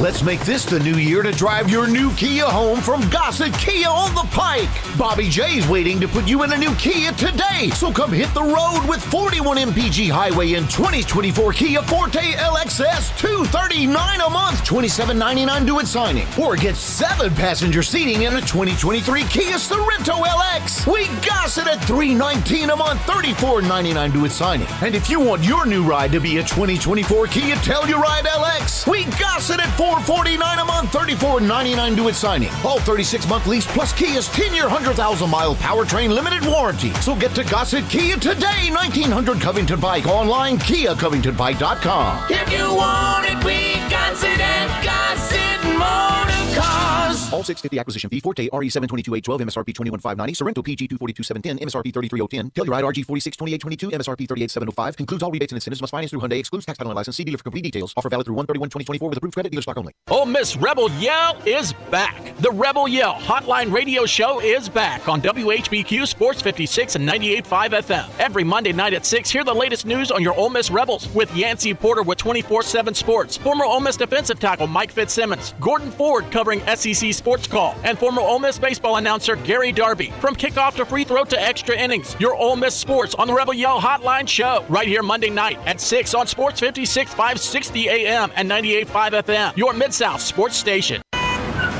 Sports 56 traffic. Good afternoon. Traffic's moving around just a bit in the Midtown area just in the last few minutes. I-40 over here at Chelsea, still positive right now. I-40 on the bridge back over into West Memphis. A little bit of radar earlier in parts of Arkansas. We're still worried about some of these back roads and side streets that may be snow covered. Please be careful. Use caution, common sense as that traffic increases on Lamar, especially right when you come off 240 headed back out towards Olive Branch. 24/7 reliable crane and rigging services here in Memphis. It's Tomahawk Crane and Rigging. Check them out online this weekend at tomahawkcrane.com. I'm Commander Chuck with your on-time traffic. Time to talk Razorbacks on Sportstime. Joining the guys is Ty Richardson from ESPN Arkansas to talk all things Hogs and SEC. On Twitter X at Ty Sports Radio, here's Ty Richardson with Bryant and Brett. Come on, all you Razorback fans, let's stand up and call those Hogs!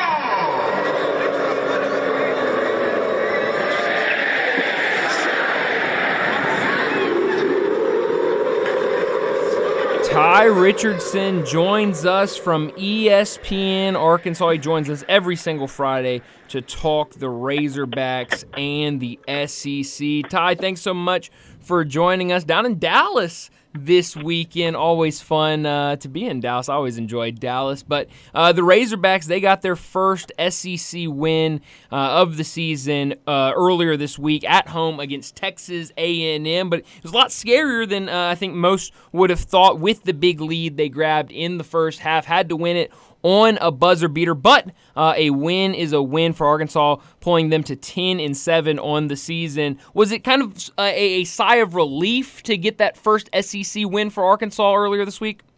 Oh, there's no question, Brian. I mean, Arkansas was up 20 in the first half, and Wade Taylor and goes berserk. And next thing you know, they're down one with 7 seconds, and luckily Houston transfer Tremont Mark hit basically a buzzer beater with about a little over 1 second left, and Arkansas walked away the victor. It was about as crazy a game down the stretch as you can think of. Things were going in the wrong direction, and suddenly he knocked down a crucial clutch shot, boys. Season saver, buzzer beater for now, but got to go back out there and do it again tomorrow against a very improved South Carolina team, 14-3. South Carolina 71 in the net, and the Razorbacks way down there at 98. But just get our 90. Where are the Razorbacks? They're way down there at 107. I'm sorry, but if the Razorbacks get on a roll, the net will take care of itself. Yeah. Stats I was hoping they'd crack the 100. Unfortunately, they haven't at South Lake. So, yeah, the good thing is these SEC teams you're playing, there's a good chunk of them. I was looking, I think there was like 8 in the net top 100. It depends on if you play them at home or on the road relative to those being quad 1 or quad 2 wins. But you're going to have opportunities next week, for example. They got Oxford on Wednesday night, take on Chris Beard and Ole Miss. And then Saturday they welcome in Kentucky. So 2 important games next week, but it doesn't matter next week if you don't win this game tomorrow. You've got to get closer to an even playing field. 2-3. You mentioned South Carolina, Lamont Paris. They've done a much better job this year. They've already eclipsed their season win total from last year. So even though it's at home, and even though they're missing Miles Studi, it's going to be a tough game tomorrow for Arkansas to win because Michi Johnson is a handful. There's no question about it. But you're right. The dig out, the profile improvement, it starts with the win column. And the rest of that will take care of itself. Win tomorrow, the big game next Wednesday. If Arkansas won that in Oxford, I'm going to be there at that game next Wednesday night. I haven't seen Ole Miss in person this year. I haven't seen the Razorbacks yet in person this year either. Going to be there next week for that game. Arkansas win that one. Then you get the Bud Walton Arena thing really going strong. For the Razorbacks next Saturday at Bud Walton Arena, profile starts taking care of itself. Yeah, perspective, man. I hadn't kind of thought about that setup, but you don't want it to be a 15,000-plus Kentucky atmosphere. You want that sucker to be 18, 19 strong and a traditional Wildcats and Razorback battle, which it's been typically under Eric Musselman and John Calipari, which has been entertaining, even in the first year under Muss. So it's going to be so difficult to win in Oxford, though. Chris Beard has to be the coach of the year, or at least definitely at the high up in consideration. I mean, year one, to do what they've done to this point, the win against Memphis earlier this year, I know there's a lot of conference play to go, but he has really impressed me what he's done so far in the Pavilion, and that's not going to be an easy venue to walk into on Wednesday night. Brett, I'm envious, man. I wish I could be there with you. Come on down. Yeah, I literally have a seat. Well, wow. I wish I could. I guess I need to talk to Tommy about making a little trek over there. Yeah, cross some T's, dot some I's before you worry about that. I'm curious, L.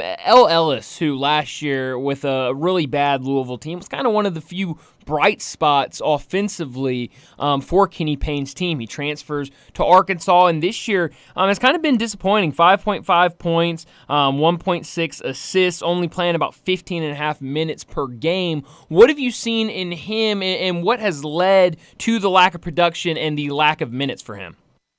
Well, I think it's about usage. He's not the primary scorer on this team, and that's Tremont Mark, I would say. L has turned the ball over a good chunk this season. He's not a great defender. Yeah. He had a career-high in rebounds last week, which Muss was really happy about, knocked down all 8 of his free throws. But, Brian, I would say that he's in a battle right now still with Keon Minifield for that point guard spot. Leighton Blocker will get a minute or two here, but it's going to be very spare. If he continues to get rebounds, and have a better assist-to-turnover ratio, he's going to keep playing, and he's going to keep starting and keep sucking up those minutes. But if those stats are bad, or if he's missing defensive assignments, which irritates Muss more than anything, then he's going to get yanked. He's going to have a quick leash, which I like. L. He's a veteran player. You mentioned what he was able to accomplish at Louisville. It was difficult for him because he's never really gone in his basketball career with not being a prominent player and a starter, and so he's had to adjust, and hopefully he does these next 14 conference games. Ty, I know you know Jimmy Dykes well, and we like Jimmy Dykes a lot. He's a great analyst and a really fine fellow, but the other night he made a comment that I just respectfully disagree with. he made a comment that he thinks right now the head coaching in SEC men's basketball is, and this was his words, the best it's ever been. I don't think that. Do you think that? Because when I think of it, when I think of 94, 95, 96, and you had Rick Pitino, and you had Nolan Richardson, you had Tubby Smith, you had Dale Brown, you had Dale Ellis, you had Wimp Sanderson, you had Lon Kruger. Yeah. I don't think it's close to that stretch. What do you think? So you mentioned Kruger, and that was, again, Arkansas and Florida both in the Final Four in 94, two SEC teams represented. You could say it might be more spread out across the board because I think the SEC is going to be as competitive as it's ever been. But those top dogs you just mentioned, I mean, Pitino in the 90s and Pitino. That's some firepower. Yeah, I mean, those are national champions, right? Yeah. You got Cal, and correct me if I'm wrong, Stats and Brian, I don't think there's I'm just doing this on the fly in my head. Not another champion.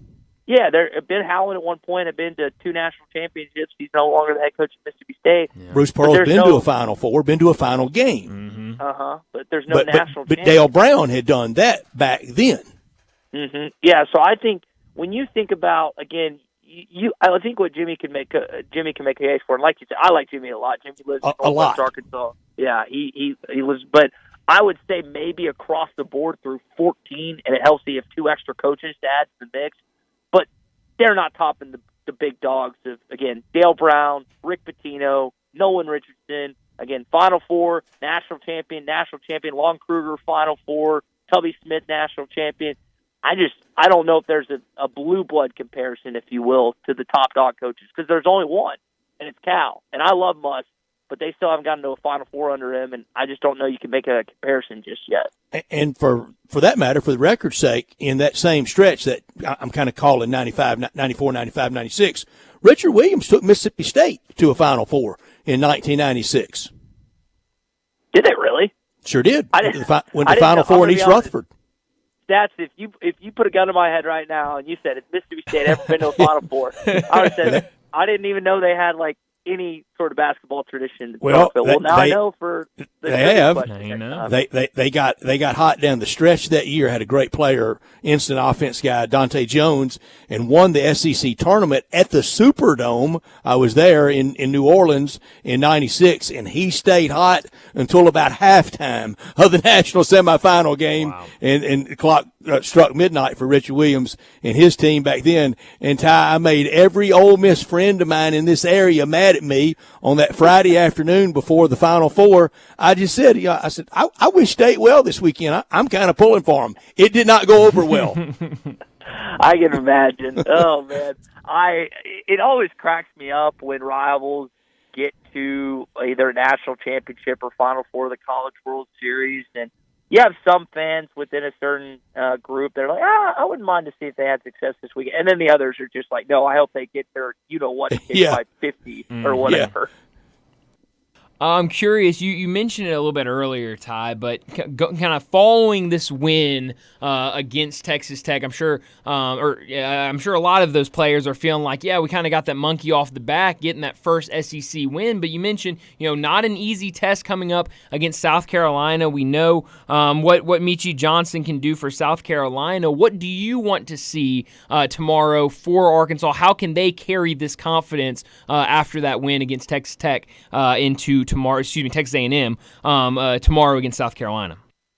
I want to see some defense, Brian. Yeah. And that's been a staple of Eric Musselman since he got here to Fayetteville, whether it's three-point shooting defense or rebounding or just guarding your yard, as my old high school coach used to say. You got to see that, man. And this team has been anything but typical Eric Musselman team so far in year 5. And you just hope that you start to see some semblance of that come together.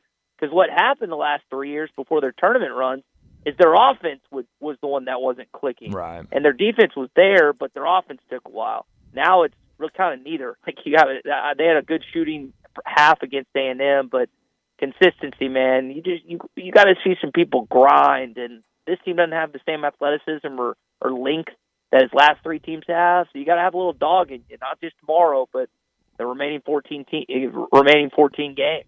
Yeah. Absolutely. Well, Arkansas back in action tomorrow against South Carolina, a noon tip.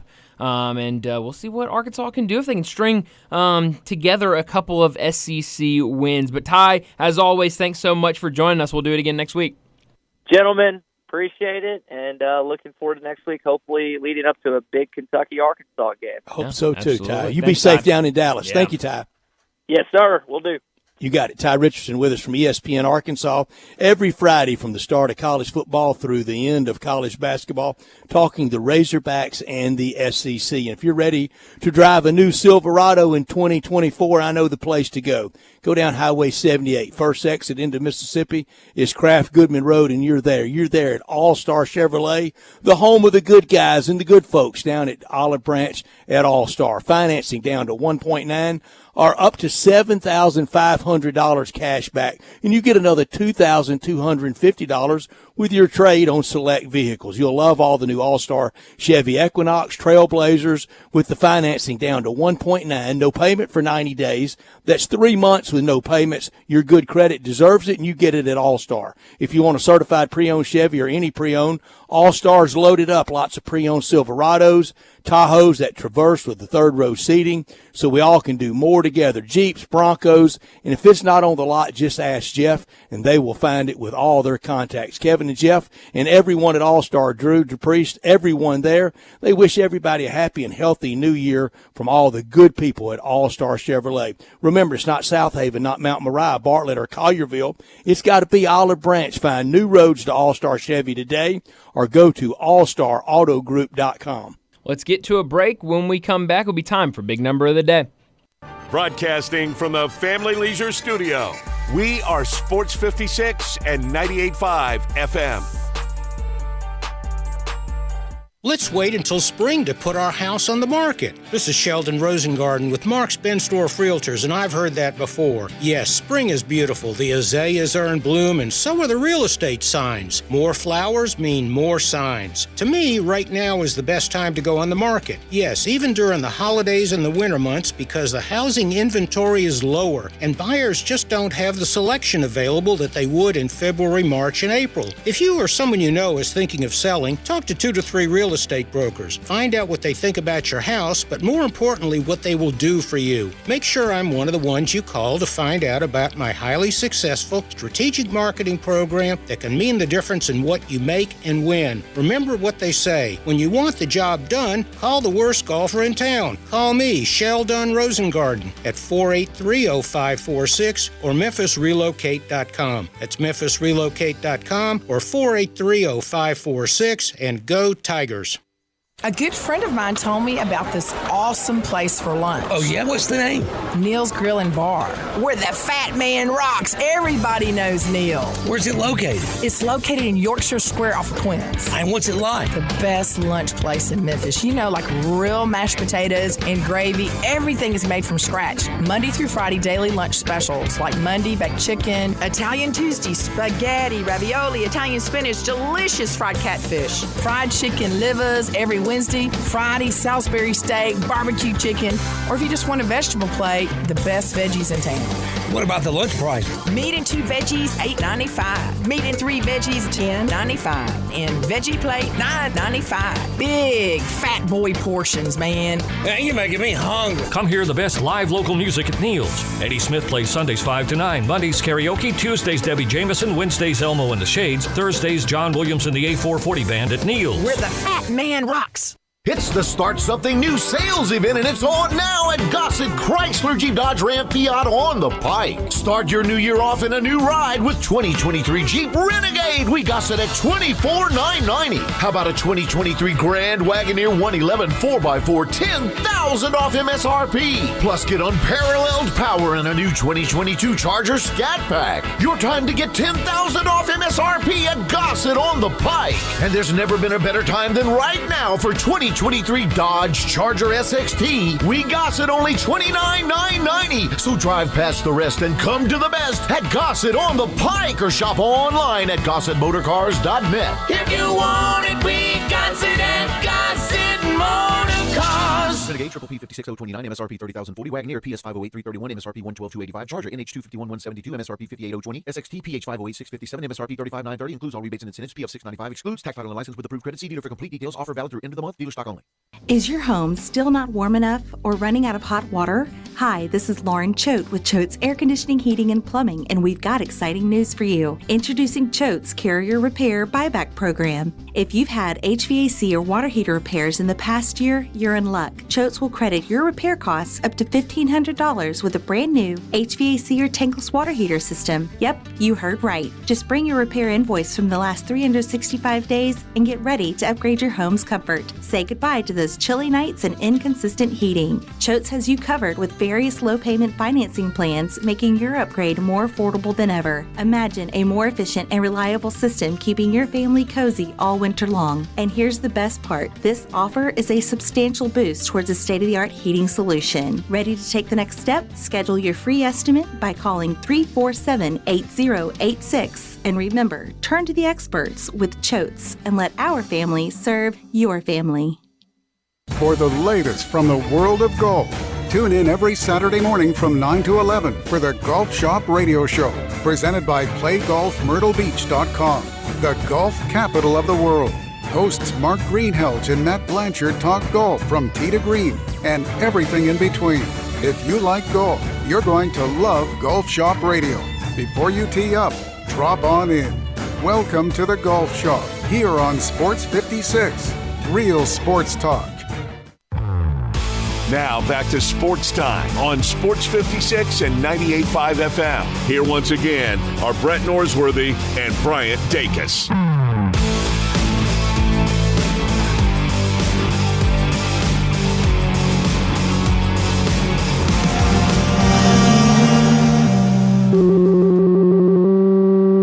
Big Daddy. Hello, Big Brand. It's a guy, he wants to be big, then he gets big, he doesn't want to be big anymore, then he gets small, but the suit's too big. Big Daddy. The big boy. You're a big guy. I think she's trying to pull a fast one on Big Daddy. The big number of the day.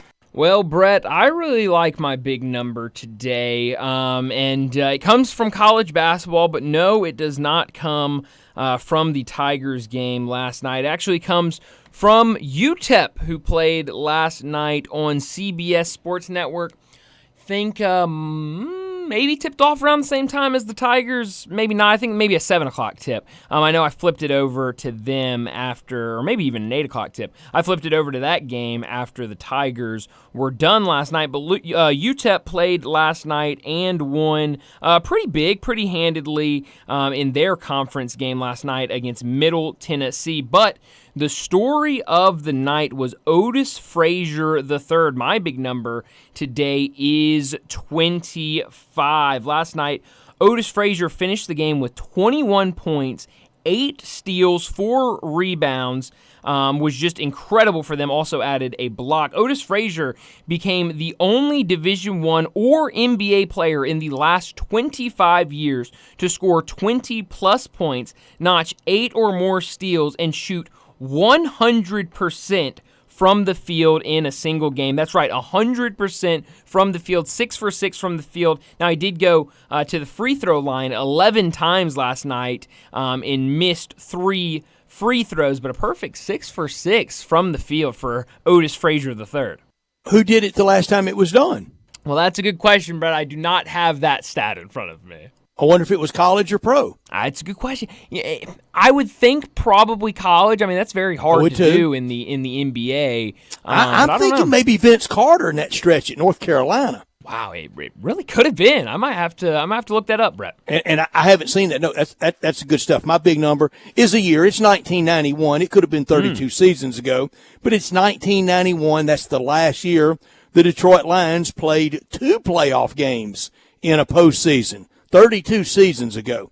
They also did it 2 other times in their franchise history. They did it in 1957, and they did it in 1952. A win Sunday, and they will play 3 postseason games in a postseason for the first time ever. Wow. They played in 3 postseason games before in the entire 21st century. Holy before cow. this run. That's incredible. That is wild. The Lions have been really bad. They've been really bad, but that I'm for number. 'em. It's kind of my team the rest of the way. You know, Brett, I'll be honest. I kind of am as well. I mean, especially this weekend. I have no rooting interest for the Buccaneers. So I mean, why not? Lions win another one. One of my best friends he has been a Lions fan through the years. When he was younger, he and another childhood friend of his, they were picking favorite teams. Okay. Who's going to be your team? So this other youngster picked the Miami Dolphins. A few years later, they go undefeated. Sure. My friend takes the Lions. Ooh, tough pick. Yeah, happens though. It's paying off now, I guess. But that's what's amazing about the NFL. I guarantee you, right now, we want a Detroit Lions fans to text in. Just say, yeah, I'm one. Yeah. 901-360-8255.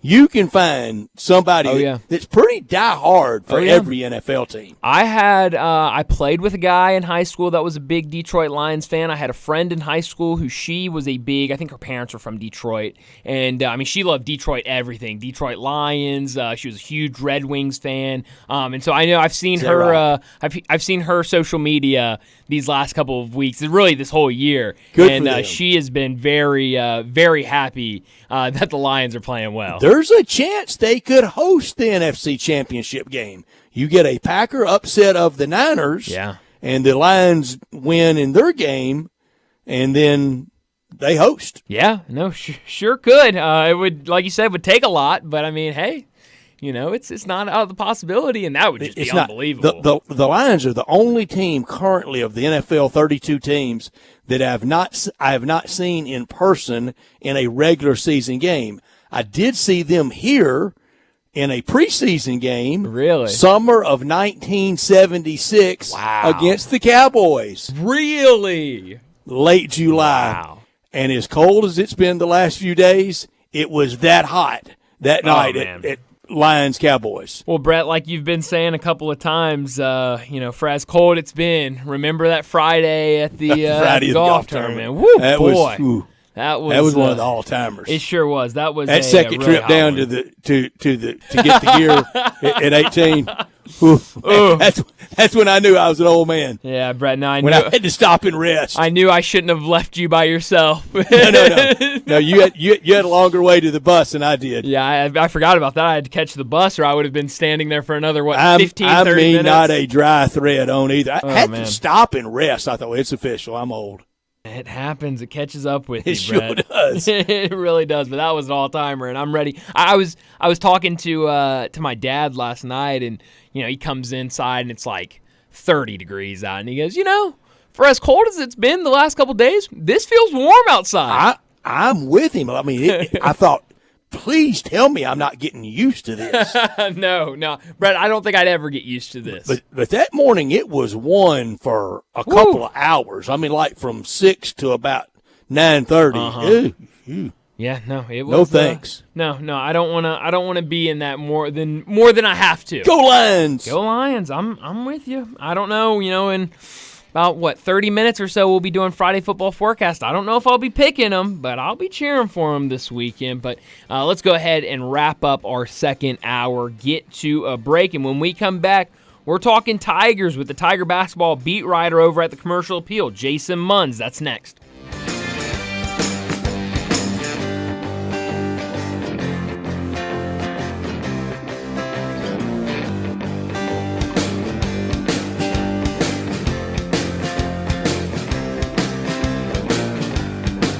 Welcome to the Rendezvous. This is John Vergas. When my dad started the Rendezvous in 1948, I don't think anyone could have imagined we'd still be serving shoulder, cheese plates, and our world-famous dry rub ribs 75 years later. But we are still here in the basement, in an alley in downtown Memphis. We sincerely thank you for making the Rendezvous what it is today. Charlie Vergas Rendezvous. A legendary experience for over 75 years, whether you dine in, pick up, or ship across the country. East Memphis Ace Hardware is more than just a hardware store. It's really a customer service store. With 20 employees along with complete inventory of items, big to little, finding what you need is easy. Choosing from a complete selection of Big Green Egg as well as Traeger and Weber grills. And the Garden Center has everything for your yard. You can get glass cut, repair screens, even new keys with key fob programming. Tools, nuts, bolts, screws, you need it. East Memphis Ace Hardware has it. And they're just down the street at the corner of Quince and White Station. All 650 acquisition fee, Forte RE722-812, MSRP 21590, Sorrento PG 242-710, MSRP 33010, Telluride RG 462822, MSRP 38705, includes all rebates and incentives, must finance through Hyundai, excludes tax title and license, see dealer for complete details, offer valid through 1/31/2024 with approved credit dealer stock only. Hey, Jeff Allen, Happy New Year, dude. Hey, what's happening over there at Gossett Kia South Mount Moriah? Let's start the new year off right in your new Kia with 41 MPG Highway 2024 Kia Forte LXS $239 a month, $27.99 due at signing. Got a big family? Get a 2023 Kia Sorrento LX $319 a month, $34.99 due at signing. Plus a 2024 Kia Telluride LX $449 a month, $34.99 due at signing. All 36 months lease. And every Gossett Kia comes with Kia's 10-year, 100,000-mile powertrain limited warranty. And stop by and see the all-new EV9 all-electric SUV. So whether you live in Horn Lake, South Haven, Olive Branch, or Memphis, you'll be happy at Gossett Kia on Mount Moriah. 2680 Mount Moriah or KiaMTMoriah.com. You or someone you know or care about has dealt with a difficult divorce. When facing divorce, you need the attorneys at Rice Law. Nick and Larry Rice lead the firm with 3 generations and 7 decades of experience. Located in Memphis, serving the entire state of Tennessee and North Mississippi. Rice Law is who you need to call. Simple or difficult divorce, they know how to handle it. Call Rice Law at 901-526-6701, or for more information, visit them at aboutdivorce.com. That's aboutdivorce.com.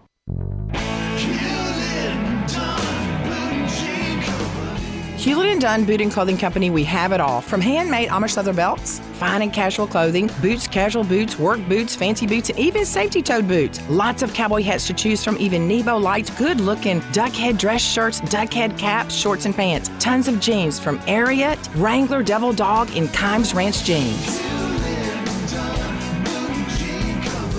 At Hewlett & Dunn, we have a great selection of Old South t-shirts and caps. Fine clothing from dress to casual to Sunday best. Enjoy choosing from UFO's orthopedic-approved shoes. Hewlett & Dunn Boot and Clothing Company. Boots of every size, every color, every skin. Great quality Western, work, and safety toe boots. Hewlett & Dunn Boots and Clothing Company. 111 North Center Street, Collierville. Hewlett & Dunn.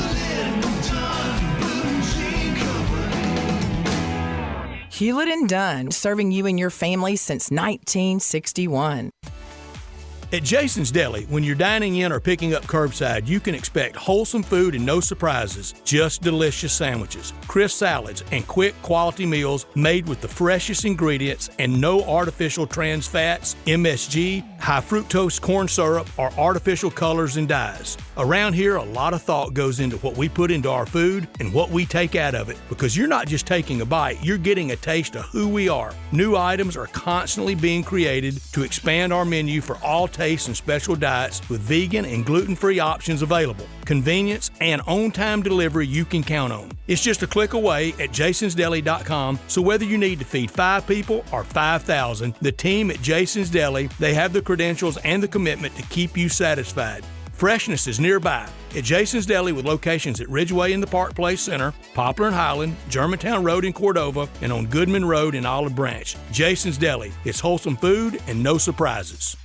Do you know one of the best things you can do for your employees or family's health? Provide Arctic Clear bottled water. Arctic Clear bottled water is your locally owned and operated bottled water provider. Arctic Clear is 100% natural spring water with free delivery and setup, dependable service, and no long-term contracts. What an easy choice. Call Jeff Manus today, 901-382-2363, or visit arctic-clear.com. Arctic Clear bottled water. Call now, 382-2363. That's 382-2363.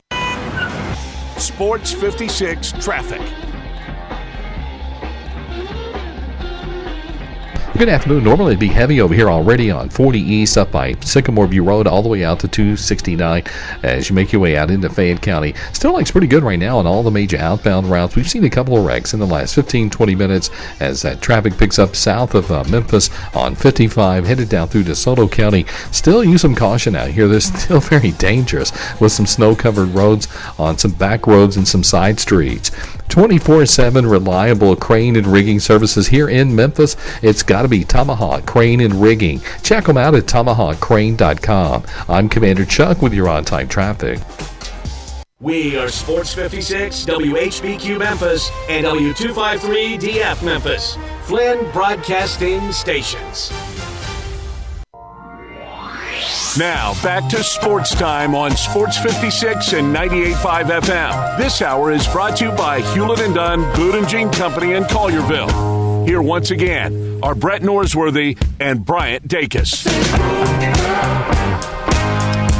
Final hour of a challenging week in a lot of areas, both the weather and last night for the Tigers down at FedEx Forum in that loss at home to South Florida. We talk Tiger basketball every Friday at this time with Jason Munns from the Commercial Appeal. He's on the Tigers basketball beat, and it's presented to you every week by Jim's Place Grill. Over 100 years of charcoal grill steaks at Jim's, over 100 years of family time, lasting memories, and great celebrations. We'd prefer to be celebrating a win. Might be drowning your sorrows after last night. The Terrace family with their great touch for our community, recipes that date back to the beginning in downtown and now in Collierville at the railroad tracks at Poplar and Houston Levee. Online at jimsplacegrill.com. Don't forget the E in grill. Every steak grilled perfectly over an open flame. Come to Jim's Place and taste and see and feel the difference and enjoy the weekend and getting back out and being around humans, not shoveling snow and trying to dodge walking in and out. Lunch hours Monday through Friday, 11 a.m. to 2 p.m. Dinner hours Monday through Saturday, 5 p.m. to 9:30 p.m. and that great, great fun bar area. Since 1921, a Memphis landmark. Values and a dedication with hard work for their diners, the Terrace family, they've created that memorable dining experience. Every time you go out there, you get that. The lunch menu, the staples like the souffle ma, the shrimp cocktail, crab cakes, and salad dressings that are all homemade. And at dinner time, the seafood, the calamari, the soups, and the steaks, what they're known for, the fillets, the ribeyes, and the strips. Here's a suggestion. Try the hash browns at Jim's Place. They are terrific. Fantastic bar area, all at Jim's Place Grill in Collierville. Jason Munns, last night, it was such a challenging area. Our producer, Johnny Hill, lives in DeSoto County where you live, and I think y'all are the eye of the storm. It has to take a lot to keep you away from the ballpark. Yeah, and I mean, you said it. It was pure torture.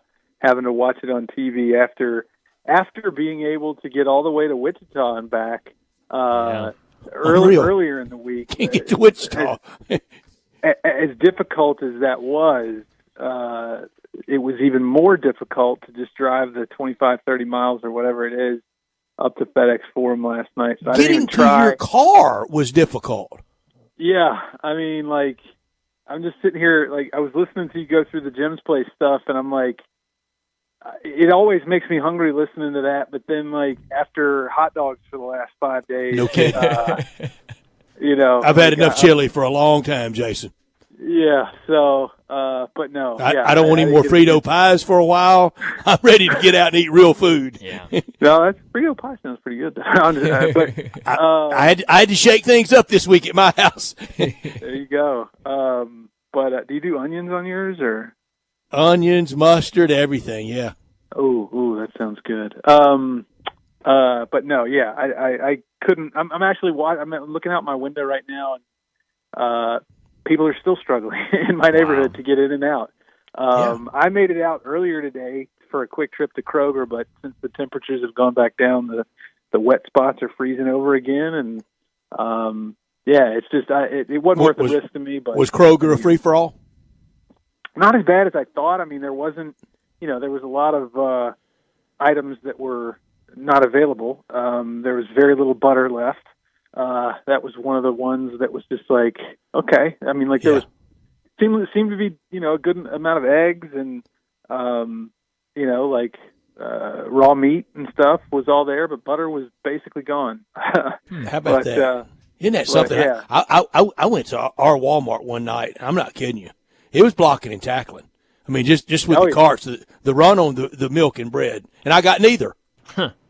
Well, and crazy enough, I was expecting bread to be gone, but it was in good shape and everything, and it wasn't as I was expecting a madhouse, and that's not what I got. So I was thankful for that. Well, that's good. Well, Jason, last night for the Tigers, I mean, kind of different than what we've seen in previous games from this Tiger team. Kind of when they struggled, it's been slow starts, and then you have to build back to get that lead. But last night, strong start for them after kind of trailing early, but then they get up by 20 points. Penny unloads the bench. You see a lot of young guys in there. And then it was the second half that really got the Tigers, kind of USF slowly chipping away until in that final minute, those final seconds, I guess, when they finally took the lead. What was the most concerning thing you saw in the second half in USF's comeback? Just that Memphis doesn't really know how to play with a lead. Yeah. I mean, it's like we're middle of the way through, or a little more than middle of the way through, and I think that's the conclusion that I've drawn, is that they simply do not know how to put a team away. Let me rephrase. They don't know how to put teams that don't have a number beside their name or don't have a strong tradition behind their name away. They kept the pedal on the floor against Virginia. They kept the pedal on the floor against, some of these other teams. But it's just whenever they play the Tulsas and the SMUs and the UTSAs and obviously now the South Floridas, they simply don't know. Like if it's a tight game, or if Memphis is playing from behind, seems to be in good shape, these Tigers, whenever they're in those scenarios. But otherwise, if anything about last night showed me anything, it was that it could get dicey if they get out to a big lead against a team that, isn't ranked or isn't traditionally a big name. Jason, the zone defense, how it is flummoxed the Tigers when they've been run into that. And last night, I know you were listening to it as well. Coach Hardaway says his coaching staff is the most prepared, and that they are ready for that. If they are ready for that, why does it not translate into execution? That's a phenomenal question. I'm not so sure that it's that they don't know what to do. It's that they don't do what they're supposed to do. And there's nobody, apparently, if we're, to believe that, apparently, they're either not being told, like in the moment, they're not being told that they have to change up their approach or their plan of attack, or they're just not listening to the people who are telling them that they have to change their approach. I think they do know what to do and are prepared to on the fly adjust and do things differently when other teams adjust themselves. But last night it was like 2 or 3 or 4 guys for the most part seem to just get super selfish, and I don't know necessarily why. I mean, everybody was getting shots. I think Jaquan Walton finished with 6. Obviously, David Jones finished with a lot, scoring 25 points. Naquan Tomlin had 10 field goal attempts. Javon Quinterly had his field goal attempts, but it just seemed to me that come rain or come shine, too many guys decided that no matter what happens, they were going to get their shot. Mm-hmm.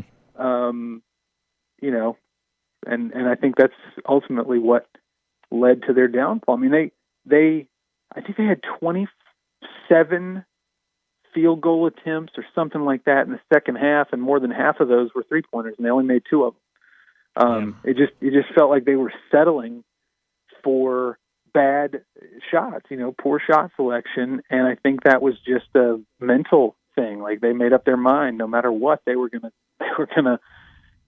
get their shots, and because I think they felt like no matter what happened, South Florida wasn't going to be able to do enough to come back and beat them, and lo and behold, that's exactly what happened. Yeah, Jason, you're absolutely right about that. 27 field goal attempts in the second half. 15 of those were 3 and only 3 assists in the second half for Memphis. Yeah. So it was a bunch of guys just trying to get their shots. I'm curious, you're talking offensively, but also defensively. There's been a lot of miscommunication or really lack of communication on the defensive end that I've noticed this season, and Coach Hardaway kind of spoke about that last night as well. But you're seeing a lot, and I feel like a lot more this season of, a guy will be wide open, whether it be in the corner or a guy cutting to the basket, and right after they make a shot, one of Memphis's defenders turns around with their hands in the air, kind of going, whose man was that? What happened? Who was that? And then going back to that last shot last night for USF when he kind of had a slip screen, and I think Tomlin after the game with Dave Lotion said that they were told in that timeout, switch on everything. Everybody switch on everything. And I think it was David Jones, and they didn't switch. But certainly lack of communication there. What have you seen on the defensive end when it comes to communication for this team? Well, so Penny talked a lot last night about chemistry issues and how that there's a lot of negativity during games in the huddles. He said, the picture that he painted for the reporters who were there last night was like, we spend all the time in our timeouts and in our huddles, bickering, so to speak. I mean, he didn't use that word, but that's kind of what he was saying, that there was a lot of lively debate. There's more debate and more bickering in the huddles than there is actually coaching and game planning.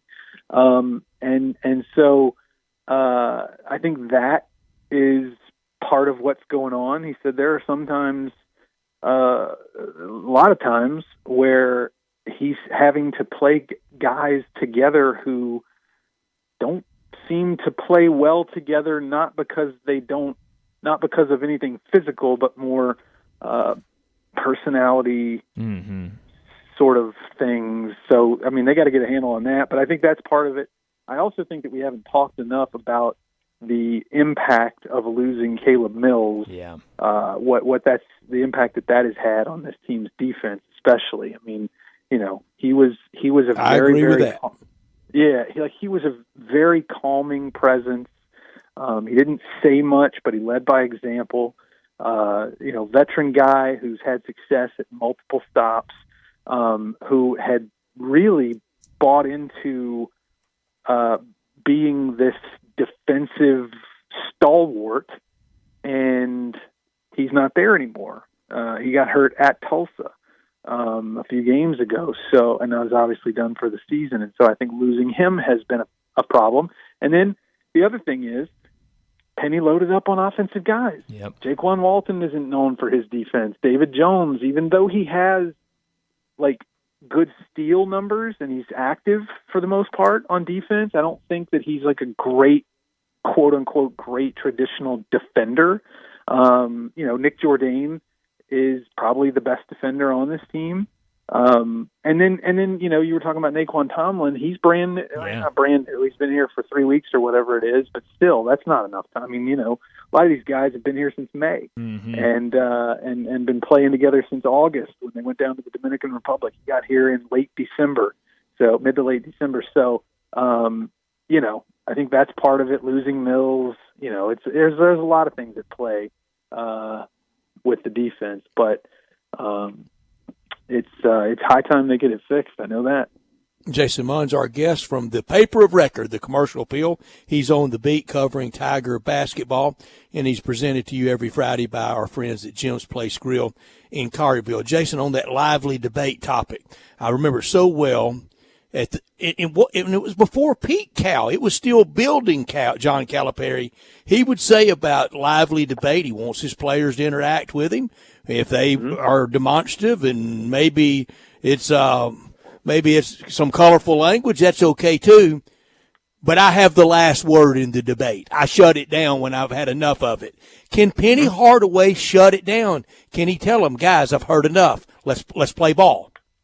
My sense, my read of that is that as long as they were winning, he was going to let it go.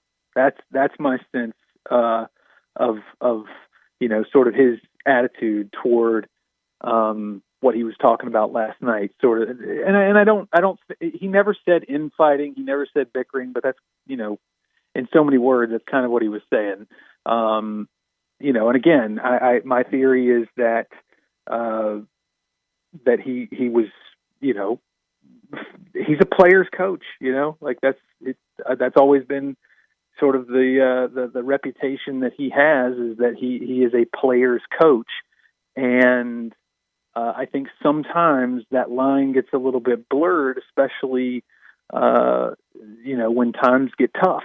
And, again, I don't know this to be a fact. He hasn't told me this or anybody else this, but I just talking to some other people, it kind of, the impression that I get is that, he's going to let it go as long as they're winning.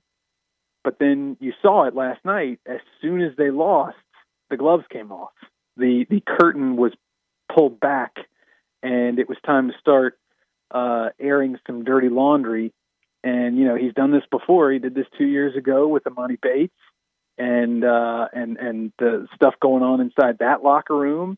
I want to say it was 2 years ago, I think, where he had his blow up on us reporters after some losses in a row. And then last year, this is usually the time of year where it's like it's either left or right, and it feels like he's kind of sticking to that script by discussing some hard truths in public after last night's win. Talking to Jason Munns, the Tiger basketball beat writer for the Commercial Appeal, as always presented by Jim's Place Grill in Collierville. Jason, earlier this week, before this game against USF, you wrote about Jordan Brown returning to Memphis and meeting with the team in a players-only meeting, a meeting that took place, I believe, last Friday before the team traveled to Wichita for that game against Wichita State over the weekend. What have you learned about this situation, and kind of what went into him coming back and wanting to be a part of this team again? So, for this issue, this Jordan Brown issue never really went away. Like, even though he went away, the issue never really died. Again, he wasn't present, but there was conversations, there was communications going on behind the scenes, for the pretty much the whole time. Sometimes it was quieter than others, but here in the last few weeks, it's sort of it's picked back up again, and they all sort of, both sides came to the understanding that let's get everybody together, and then we'll go from there. We'll see how it goes when we get everybody in the same room, and then we'll go from there. Well, Jordan came to Memphis. He actually got to Memphis last Thursday, and then sat down with the players in the players only meeting. From my understanding, it was basically him saying, "Listen, guys, I want to be part of this team. I'm sorry. Things don't always go the way you expect them to go, and people don't always handle situations the best way. But you live and you learn, and I'm sorry. I'd like to be back." Well, the players didn't exactly respond very well to that. The majority of the players, I should say, didn't respond too well to that, and he did not make the trip to Wichita. So that kind of tells you all you need to know about how that went. Well, then I approached Penny after the Wichita State game and asked him about it, and he basically was like, just because it didn't go well, just because, he didn't say these words, but This is essentially what he said. Just because it didn't go well with the players, that doesn't mean it's out of the question. The word he did use with me was premature in discussing the players, for lack of a better term, vote on the matter. It basically called it sounds like Kevin McCarthy running for Speaker of the House. Yeah. So it's still open. He was asked about it last night. He said that that Jordan Brown is still out, was the exact word that he used. I would be very surprised if, just reading the situation, talking to people about it, having talked to Penny about it myself after the Wichita State game, I think we are headed for eventually some sort of, reunion. But, this stuff is very fluid. But I think we'll see a reunion here pretty soon. Wow. Jason, last thing for you real quick. Tigers got to turn right back around, go down to New Orleans and play Tulane, a place and a team that they've really struggled against. What do you expect to see on Sunday? What do the Tigers need to do to leave New Orleans with a win? They've played down there every year since the 2014-2015 season, and only once has there been a game that's been decided by more than 7 points. Wow. Yeah, they have lost each of their last two trips down to New Orleans, and they've had some pretty good teams the last 2 years. Both teams have made the NCAA tournament, but they can't figure out Devlin Fieldhouse at Fogelman Arena. Tulane scores the basketball better than anybody in the American Conference. So you got that to look forward to if you're the Memphis Tigers. Tulane scores 87-plus points per game. They also give up a bunch of points. They don't defend hardly at all. They don't rebound hardly at all. Their offensive rebounding, they're next to last in the country, so like 360th in the country in offensive rebounding, rebounds per game. So, if Memphis can take advantage of that and stay together, and get their act together, they should be able to get out of there with a win. But Tulane is going to push the pace. They have a faster tempo than Memphis. They're ninth in the country in adjusted tempo. So Memphis has not seen a team that plays as fast as Tulane. I predicted this to be a loss back in December. But that was before they lost at home to South Florida. I think these things have a way of evening out. They weren't supposed to lose at home to South Florida last night. Right. I don't think they're supposed to win at Tulane, so I think because they lost at home last night, they'll go down and win on Sunday. But it's not going to be easy.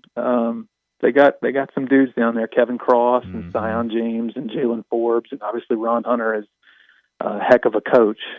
But I mean, that's the thing about these Tigers. They have the talent to beat anybody. It's just, can they get over their other issues? Yeah, certainly some familiar names down there at Tulane that have given the Tigers trouble in the past. But Jason, thanks so much as always for joining us. We'll do it again next week. Looking forward to it. Thank you all. Thanks, Jason. Thank you, Jason, and be safe and be well in your travels in your neighborhood and to New Orleans. This hour of our show brought to you every day by Hewlett and Dunn, Boot and Jean on the historic square in Collierville since 1961. And those rubber boots and those warm boots, they feel good this week, don't they? Charles Hall, he started working there in his teens now with his wife, Laura. They make a great team. They own the place, known for all the boots, but also clothing, accessories, and a cap for any team and for any season, and a cap that pulls all the way down and over your ears and keeps you warm this week. Western wear, work boots, safety toe or soft toe boots, rubber boots. They got boots for every occasion at Hewlett and Dunn. From head to toe, they have you covered with every brand you can think of, like Dan Post, Anderson Bean, Ariat. Whether for men or for women, they have you covered. They've got it in stock. Men's and women's clothing, jeans, pants, shirts, shorts, outerwear, and the best duckhead collection you'll find anywhere. Charles and Laura Hall invites you to 111 North Center Street or go to HewlettDunn.com to find out more. But they want you to come by and visit them on the historic square in Collierville. Boot care products, sunglasses, hats. You need the sunglasses with the reflectivity with the ice and snow. And they've got every area team snapback cool hat you can think of for the Tigers, for Ole Miss, for Tennessee, for Mississippi State, and the Razorbacks. Travel bag selection, top notch at Hewlett Dunn. Go to HewlettDunn.com, but preferably come by, say hello, visit at 111 North Center Street on the square in Collierville at Hewlett and Dunn. Let's get to a break. When we come back, we got to make our picks. It'll be time for our First National Bank and Trust Friday football forecast. You already know you can listen to Sports 56 anywhere with the Sports 56 app or at sports56whbq.com. But you can also watch us daily with live video of all of our shows on Twitter, Facebook, YouTube, and Twitch. We all appreciate luxury. We love the newest technology. We want something that sparkles and looks great. Well, I've got it all in one place. It's called Genesis of Olive Branch, right at the corner of Highway 78. That's Lamar. And the first exit in Mississippi, that's Craft Road. Turn left and you will see Genesis of Olive Branch. And right now, you can get the 2024 Genesis GV70 starting at $49,480 with special financing as low as 3.49% on select models. How about the 2024 Genesis GV80? A little bit bigger, starting at $55,995, financing as low as 5.49% with a $2,000 rebate when trading a luxury brand. Call them. They'll even bring you a Genesis at your work or your home for a test drive. They're convinced that when you drive a Genesis, you're going to want one. Call 662-890-6684. Ask for Vinny. Genesis of Olive Branch. It's a new year, and Family Leisure has a new way to bring family and fun together. All you have to do is walk into Family Leisure and look around.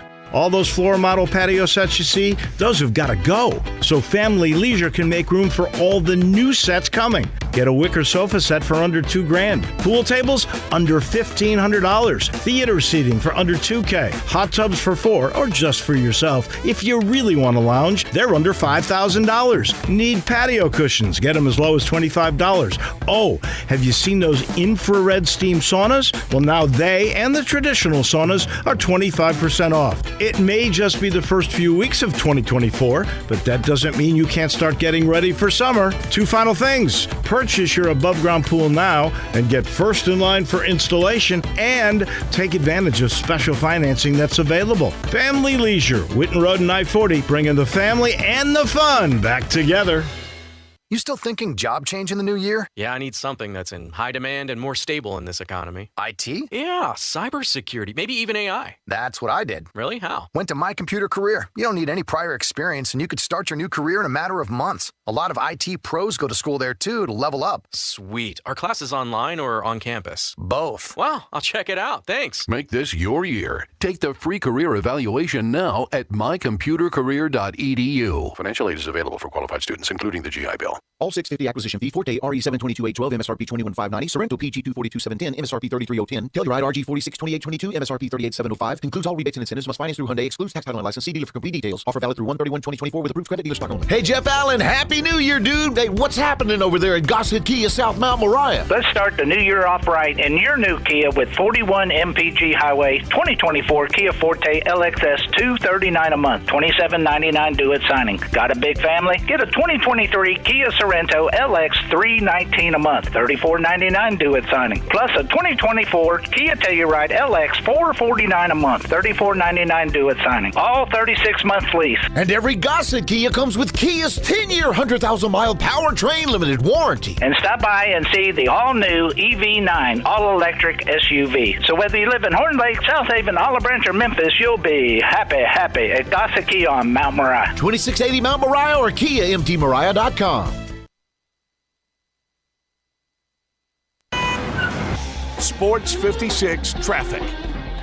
Good afternoon. A little bit more volume just in the last few minutes. I-40 across the bridge, headed back over into West Memphis. A little bit of radar, believe it or not, on I-40 out in Fayette County a little bit earlier. Still dangerous out here on some of these back roads, side streets. If it's covered with snow, there's most likely some ice underneath there, so be careful throughout the evening. Hey, 24/7 reliable crane and rigging services here in Memphis. It's Tomahawk Crane and Rigging, online at tomahawkcrane.com. I'm Commander Chuck with your on-time traffic.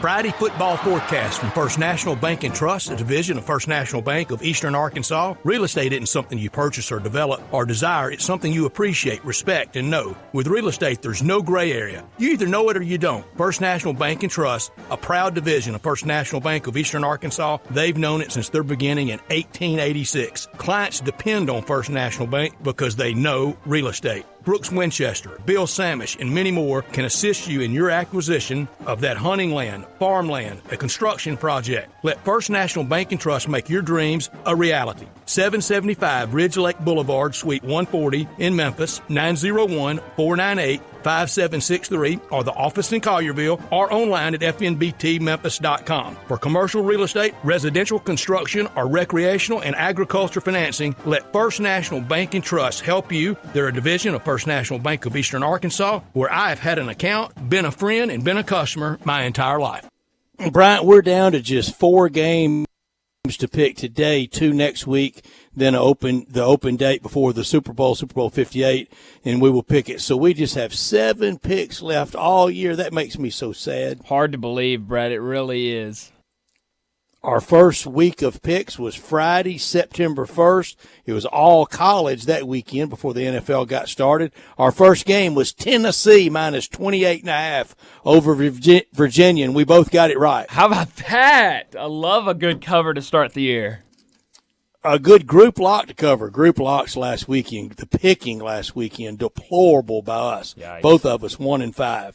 Group locks 0-4 for the year. 14-23 now in NFL group locks. For me, for the year in the NFL, 50-67. You for the year in the NFL, 61-56. I'll take it. That's pretty good. I'll take it. College every day is another story. We'll go over the final results. We're down to, in the scoring system, I have 5 points. You have a point. So I lead by 4, and we don't have many games left. Yeah, I think that one might be wrapped up, Brett. But we have enjoyed all year, and thanks so much, First National Bank and Trust. Now firmly in West Tennessee, a division of First National Bank of Eastern Arkansas. Been in Eastern Arkansas since 1886, and that's where customer confidence is the cornerstone. And they have confidence in their customers. It goes both ways: stable, secure, solid, reliable, and consistent through all these years. And we thank them so much through all these years of being with us with the First National Bank and Trust Friday football forecast. So let's pick these games. First game will be tomorrow afternoon on ABC. 4 games this weekend, all 4 TV partners having a piece of the pie. It was really odd for me to look at and see CBS with only 1 playoff game this weekend, but 1 on ABC, 1 on Fox, 1 on NBC, and 1 on CBS. ABC, ESPN tomorrow afternoon at 3:30. Baltimore minus 9.5 over the Houston Texans. Baltimore leads Houston all-time 11-2. They're 1-0 in the postseason against the Texans. They beat Houston opening day. Bruce Marshall pointed that out, 25-9 way back in September. C.J. Stroud that day, 242 with no interceptions. That's a good start for our rookie quarterback. That'd go a long way tomorrow, I think. That same day, Lamar Jackson, 169 with an interception. If you have both of those numbers just like that tomorrow, I think Houston pulls the straight-up upset. Baltimore 16-12 all-time in the playoffs. Last home loss in the playoffs was to the Titans in that 2019 season. Lamar 1-3 in the playoffs. C.J. Stroud 1-0 in the playoffs. Houston 5-6 all-time in the postseason. 9.5. I take Houston plus the 9.5. Yeah, I'm also going to go with Houston in this one. I just think that's a lot of points, and I think the Texans, they're playing with house money right now, and I don't think a lot of people expected them to get past the Browns last week, but now here they are against the Ravens. The Ravens have a lot of pressure on them. Lamar Jackson has a lot of pressure on him, and so I think this could be way closer than double digits. I'm not saying the Texans go out there and win or anything, but I do think they can keep it within that double-digit line. The pressure is on Lamar Jackson, especially early. Yeah. I think just get off to a good liftoff, a good start. And I have no preference on who wins this game, but I think Houston will cover the point spread. If they won outright, that's fine. But if Baltimore, I think the better story is Lamar Jackson in his MVP year. Mm-hmm. Tomorrow night, 7:15 on Fox, San Francisco minus 9.5 versus the Green Bay Packers. Green Bay leads San Francisco all-time 38-33-1. They first met in 1950. San Francisco leads 5-4 in the postseason, and that's winners of 4 straight when they meet in the postseason. They did not meet this year in the regular season. San Francisco all-time 37-24 in the postseason, 5-2 in Super Bowls. Green Bay 37-25 all-time in the postseason. They're 4-1 in the Super Bowls. Proud franchises meeting at Levi Stadium in Santa Clara tomorrow night. San Francisco minus 9.5. Bryant, you pick first.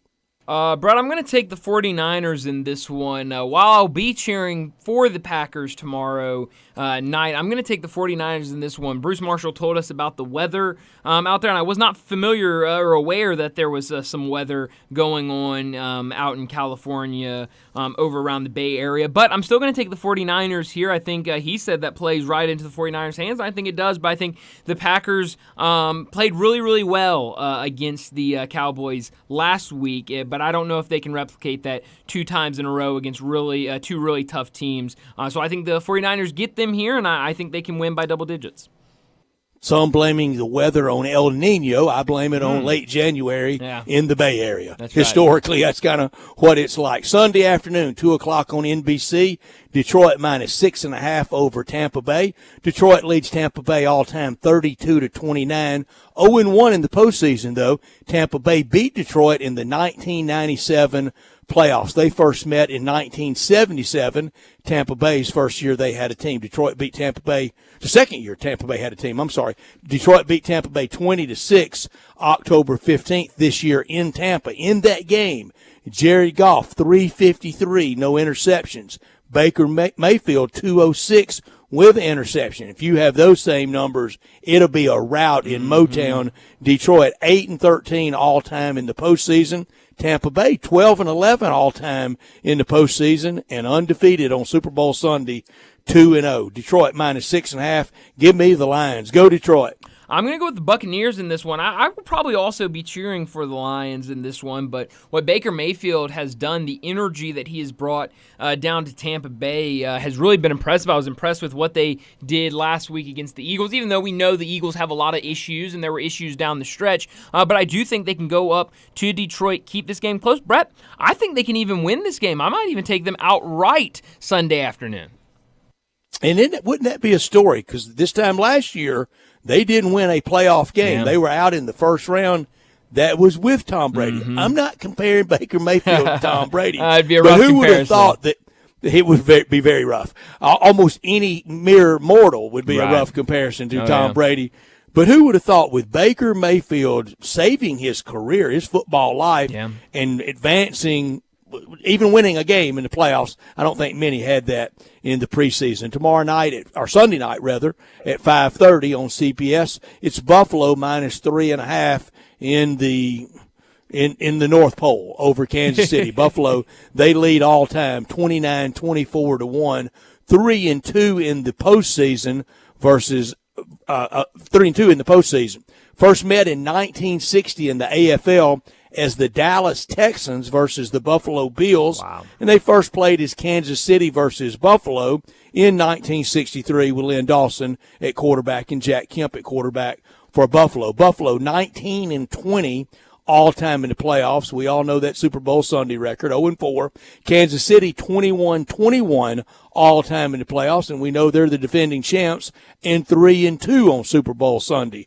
Career playoff passing yards, Patrick Mahomes at 4,346. Josh Allen at 2,537. Josh Allen, if he wins, let's say he throws for 250 or so Sunday, 250 in an AFC championship game, and around that in a Super Bowl, he can easily go over 3,000 in his career, but he can't catch Patrick Mahomes overnight. It's going to take a while. Right now, we know the better of the two quarterbacks, but this is Josh Allen's time.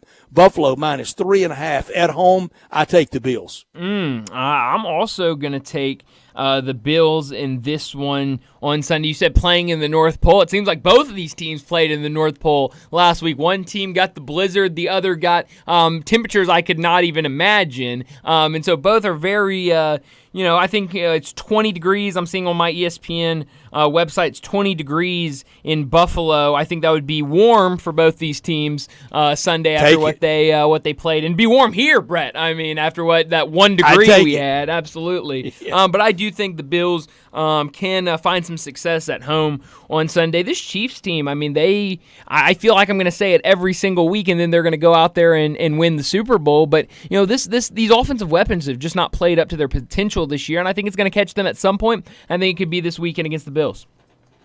Look, I'm looking forward to this weekend. Again, I really don't care any combination of how it works out for championship games next week or ultimately for the Super Bowl. I do think it's how wide open is it? I think it's open. I don't know how wide open.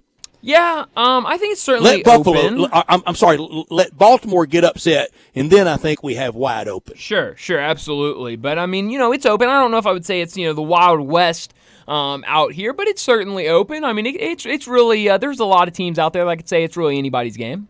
That's our Friday football forecast picks from First National Bank and Trust, a division of First National Bank of Eastern Arkansas. For all your real estate needs, commercial, ag, hunting, recreational, contact them at fnbt.com or call them at 901-498-5763. Let's go ahead and get to our final break of the day. When we come back, we'll wrap up today's show. We'll wrap up this week with Taco Bell Crunch Time. Start your day with Sports 56 Mornings with Greg Gaston and Eli Savoy.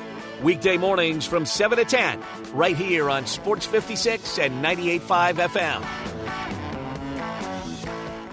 At Gossett Mitsubishi on the Pike, new inventory is arriving daily, and we've got what you've been looking for to start the new year off right. Get off to a great year in your award-winning 2024 Mitsubishi Outlander. $329 a month, or buy it for $29,910. Take a spin in your new 2024 Mitsubishi Eclipse Cross. $29,445, or lease for $449 a month. How about 2023 Mitsubishi Outlander PHEV? 420 total range MPGe, you own it for $649 a month. Plus, no worries with Mitsubishi's 10-year, 100,000-mile powertrain limited warranty. You want it? We Gossett at Gossett Mitsubishi, 1870 Covington Pike, or online anytime, memphismitsubishi.com. If you want it, we Gossett at Gossett Motor Cars. PHEV PZ06233 MSRP 44,355. Sport RU 001136 MSRP 28,000. Eclipse RZO 12051 MSRP 31,700. Includes all rebates and incentives. PF 695. Excludes tax title and license with approved credit. See dealer for complete details. Offer valid through end of the month. Dealer stock only. Getaway Sports Bar, the best kept secret in town. Open noon to 1:30 a.m. 7 days a week. Garvin, the owner, created this SEC NFL Dream Bar over 20 years ago. You'll never miss a minute of action. 10 TVs, 5 70-inch TVs for all the big games. Rack them up on 6 pool tables. Coldest beer in town. Grab you a pool stick and get you some good bar grub. 100% Angus burgers, big and moist chicken tenders. Daily happy hour Monday through Friday, 2 to 6 p.m. with long neck domestics, $2.25. Getaway Sports Bar, 4632 Winchester. For the ones who get it done, the most important part is the one you need now. And the best partner is the one who can deliver. That's why millions of maintenance and repair pros trust Grainger, because we have professional-grade supplies for every industry, even hard-to-find products. And we have same-day pickup and next-day delivery on most orders. But most importantly, we have an unwavering commitment to help keep you up and running. Call, click Grainger.com, or just stop by. Grainger, for the ones who get it done. A good friend of mine told me about this awesome place for lunch. Oh, yeah? What's the name? Neil's Grill and Bar, where the fat man rocks. Everybody knows Neil. Where's it located? It's located in Yorkshire Square off of Quince. And what's it like? The best lunch place in Memphis. You know, like real mashed potatoes and gravy. Everything is made from scratch. Monday through Friday, daily lunch specials like Monday, baked chicken, Italian Tuesday, spaghetti, ravioli, Italian spinach, delicious fried catfish, fried chicken livers every Wednesday, Friday, Salisbury steak, barbecue chicken, or if you just want a vegetable plate, the best veggies in town.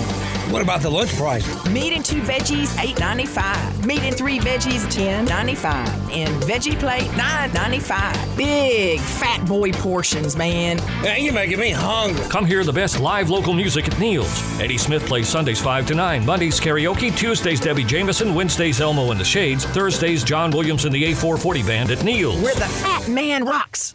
What's holding you back from learning the language you've always wanted to know? Too hard. Takes too long. Not with Babbel. Babbel's lessons take just 15 minutes a day. 15 minutes isn't long. Nope, and they're fun. So you don't realize you're learning a language, but you are. In 3 weeks, you're able to start having conversations. And Babbel's lessons are built around real life. And with Babbel, it isn't hard. It's perfect. Start learning a new language today. Go to Babbel.com. That's Babbel.com.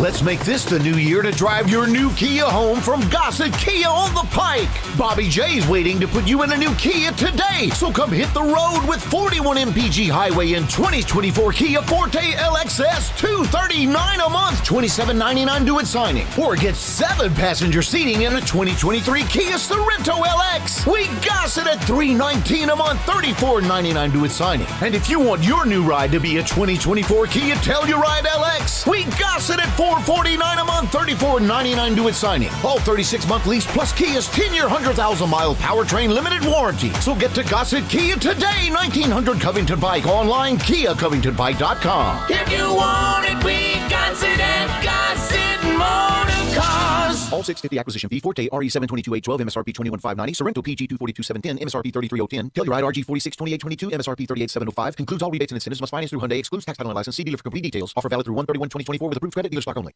Do you know one of the best things you can do for your employees or family's health? Provide Arctic Clear bottled water. Arctic Clear bottled water is your locally owned and operated bottled water provider. Arctic Clear is 100% natural spring water with free delivery and setup, dependable service, and no long-term contracts. What an easy choice. Call Jeff Manus today, 901-382-2363, or visit arctic-clear.com. Arctic Clear bottled water. Call now, 382-2363. That's 382-2363. So you need to sell your house? I have the solution. Call 901-406-1101. That's 901-406-1101. Call my buddy Bill at I Buy Houses. Any house, any area, as is. It's literally as simple as that. Just pick up your phone. Call 901-406-1101. That's 901-406-1101. Call my buddy Bill at I Buy Houses. Guaranteed to close in 5 days. If you need to sell your house fast, call Bill at 901-406-1101. That's Bill at I Buy Houses. Now, back to Sports Time on Sports 56 and 98.5 FM. This hour is brought to you by Hewlett & Dunn Boot and Jean Company in Collierville. Here once again are Brett Norsworthy and Bryant Dacus. So how you like me now? How you like me now? How you like me now? How you like me now? How you like me now? How you like me now? This is pretty cool, and we're just getting started, so.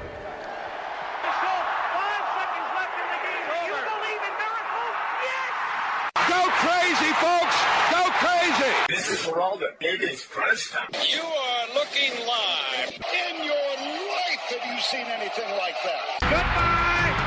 Hello, Haskins. It's obviously crunch time. Hammer, nail, coffin, this baby is over.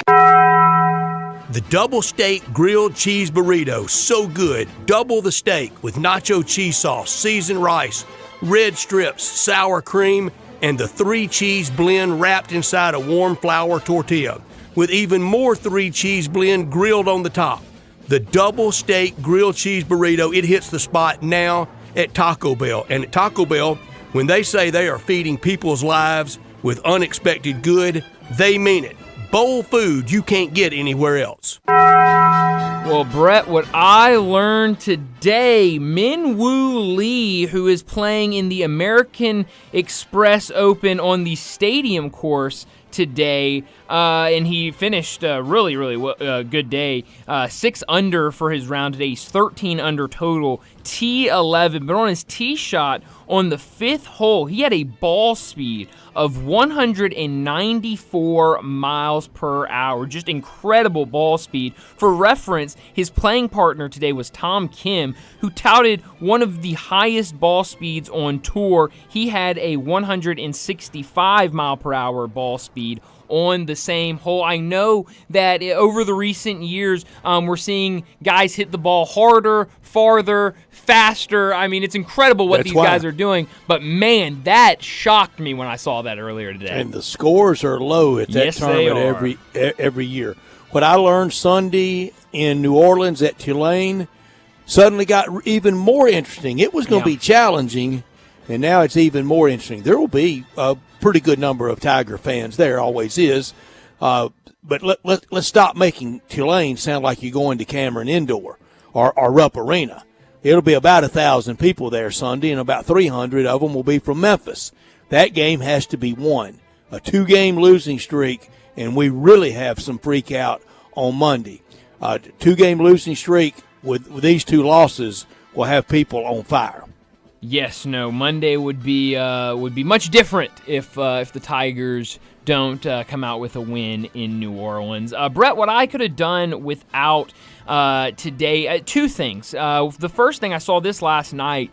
NBA center Christian Coloco spent a lot of time with the Toronto Raptors, but is not with the Raptors anymore. I loved watching him. A young guy, I think 2nd or 3rd year out of college, played at Arizona and had a really good career at Arizona, but he's facing career-threatening blood clot issues.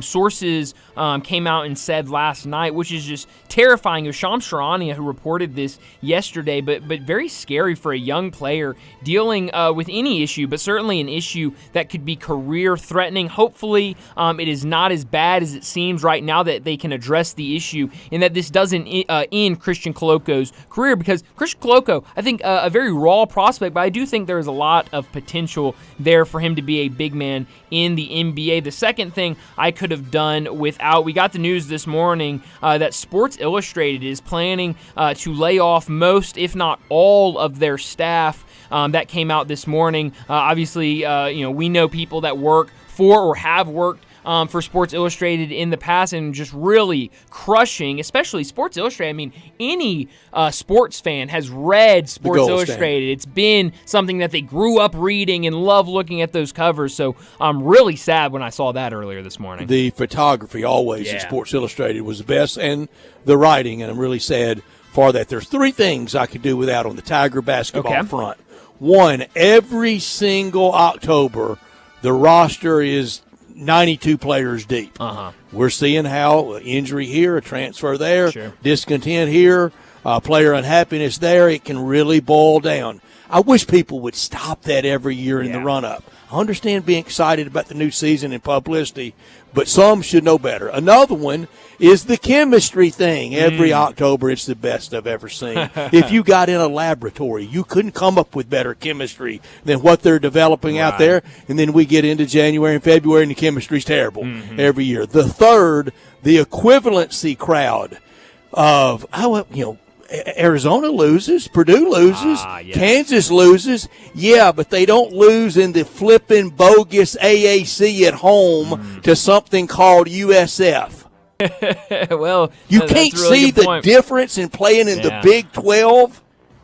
Yeah, there's a big difference there. A big difference there. Brett, where are you beaming tonight?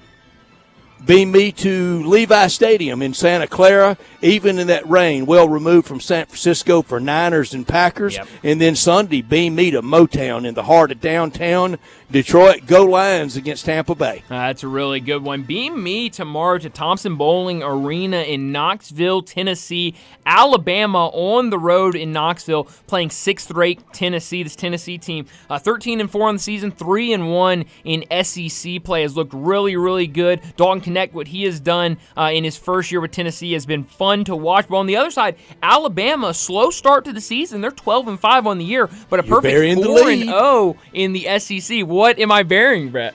The famed third Saturday in January. Right. I mean, how could you forget, Brett? Third Tennessee Saturday. and Bama. I mean, it's beautiful. You couldn't write a story better. 1 o'clock tomorrow afternoon on ESPN2.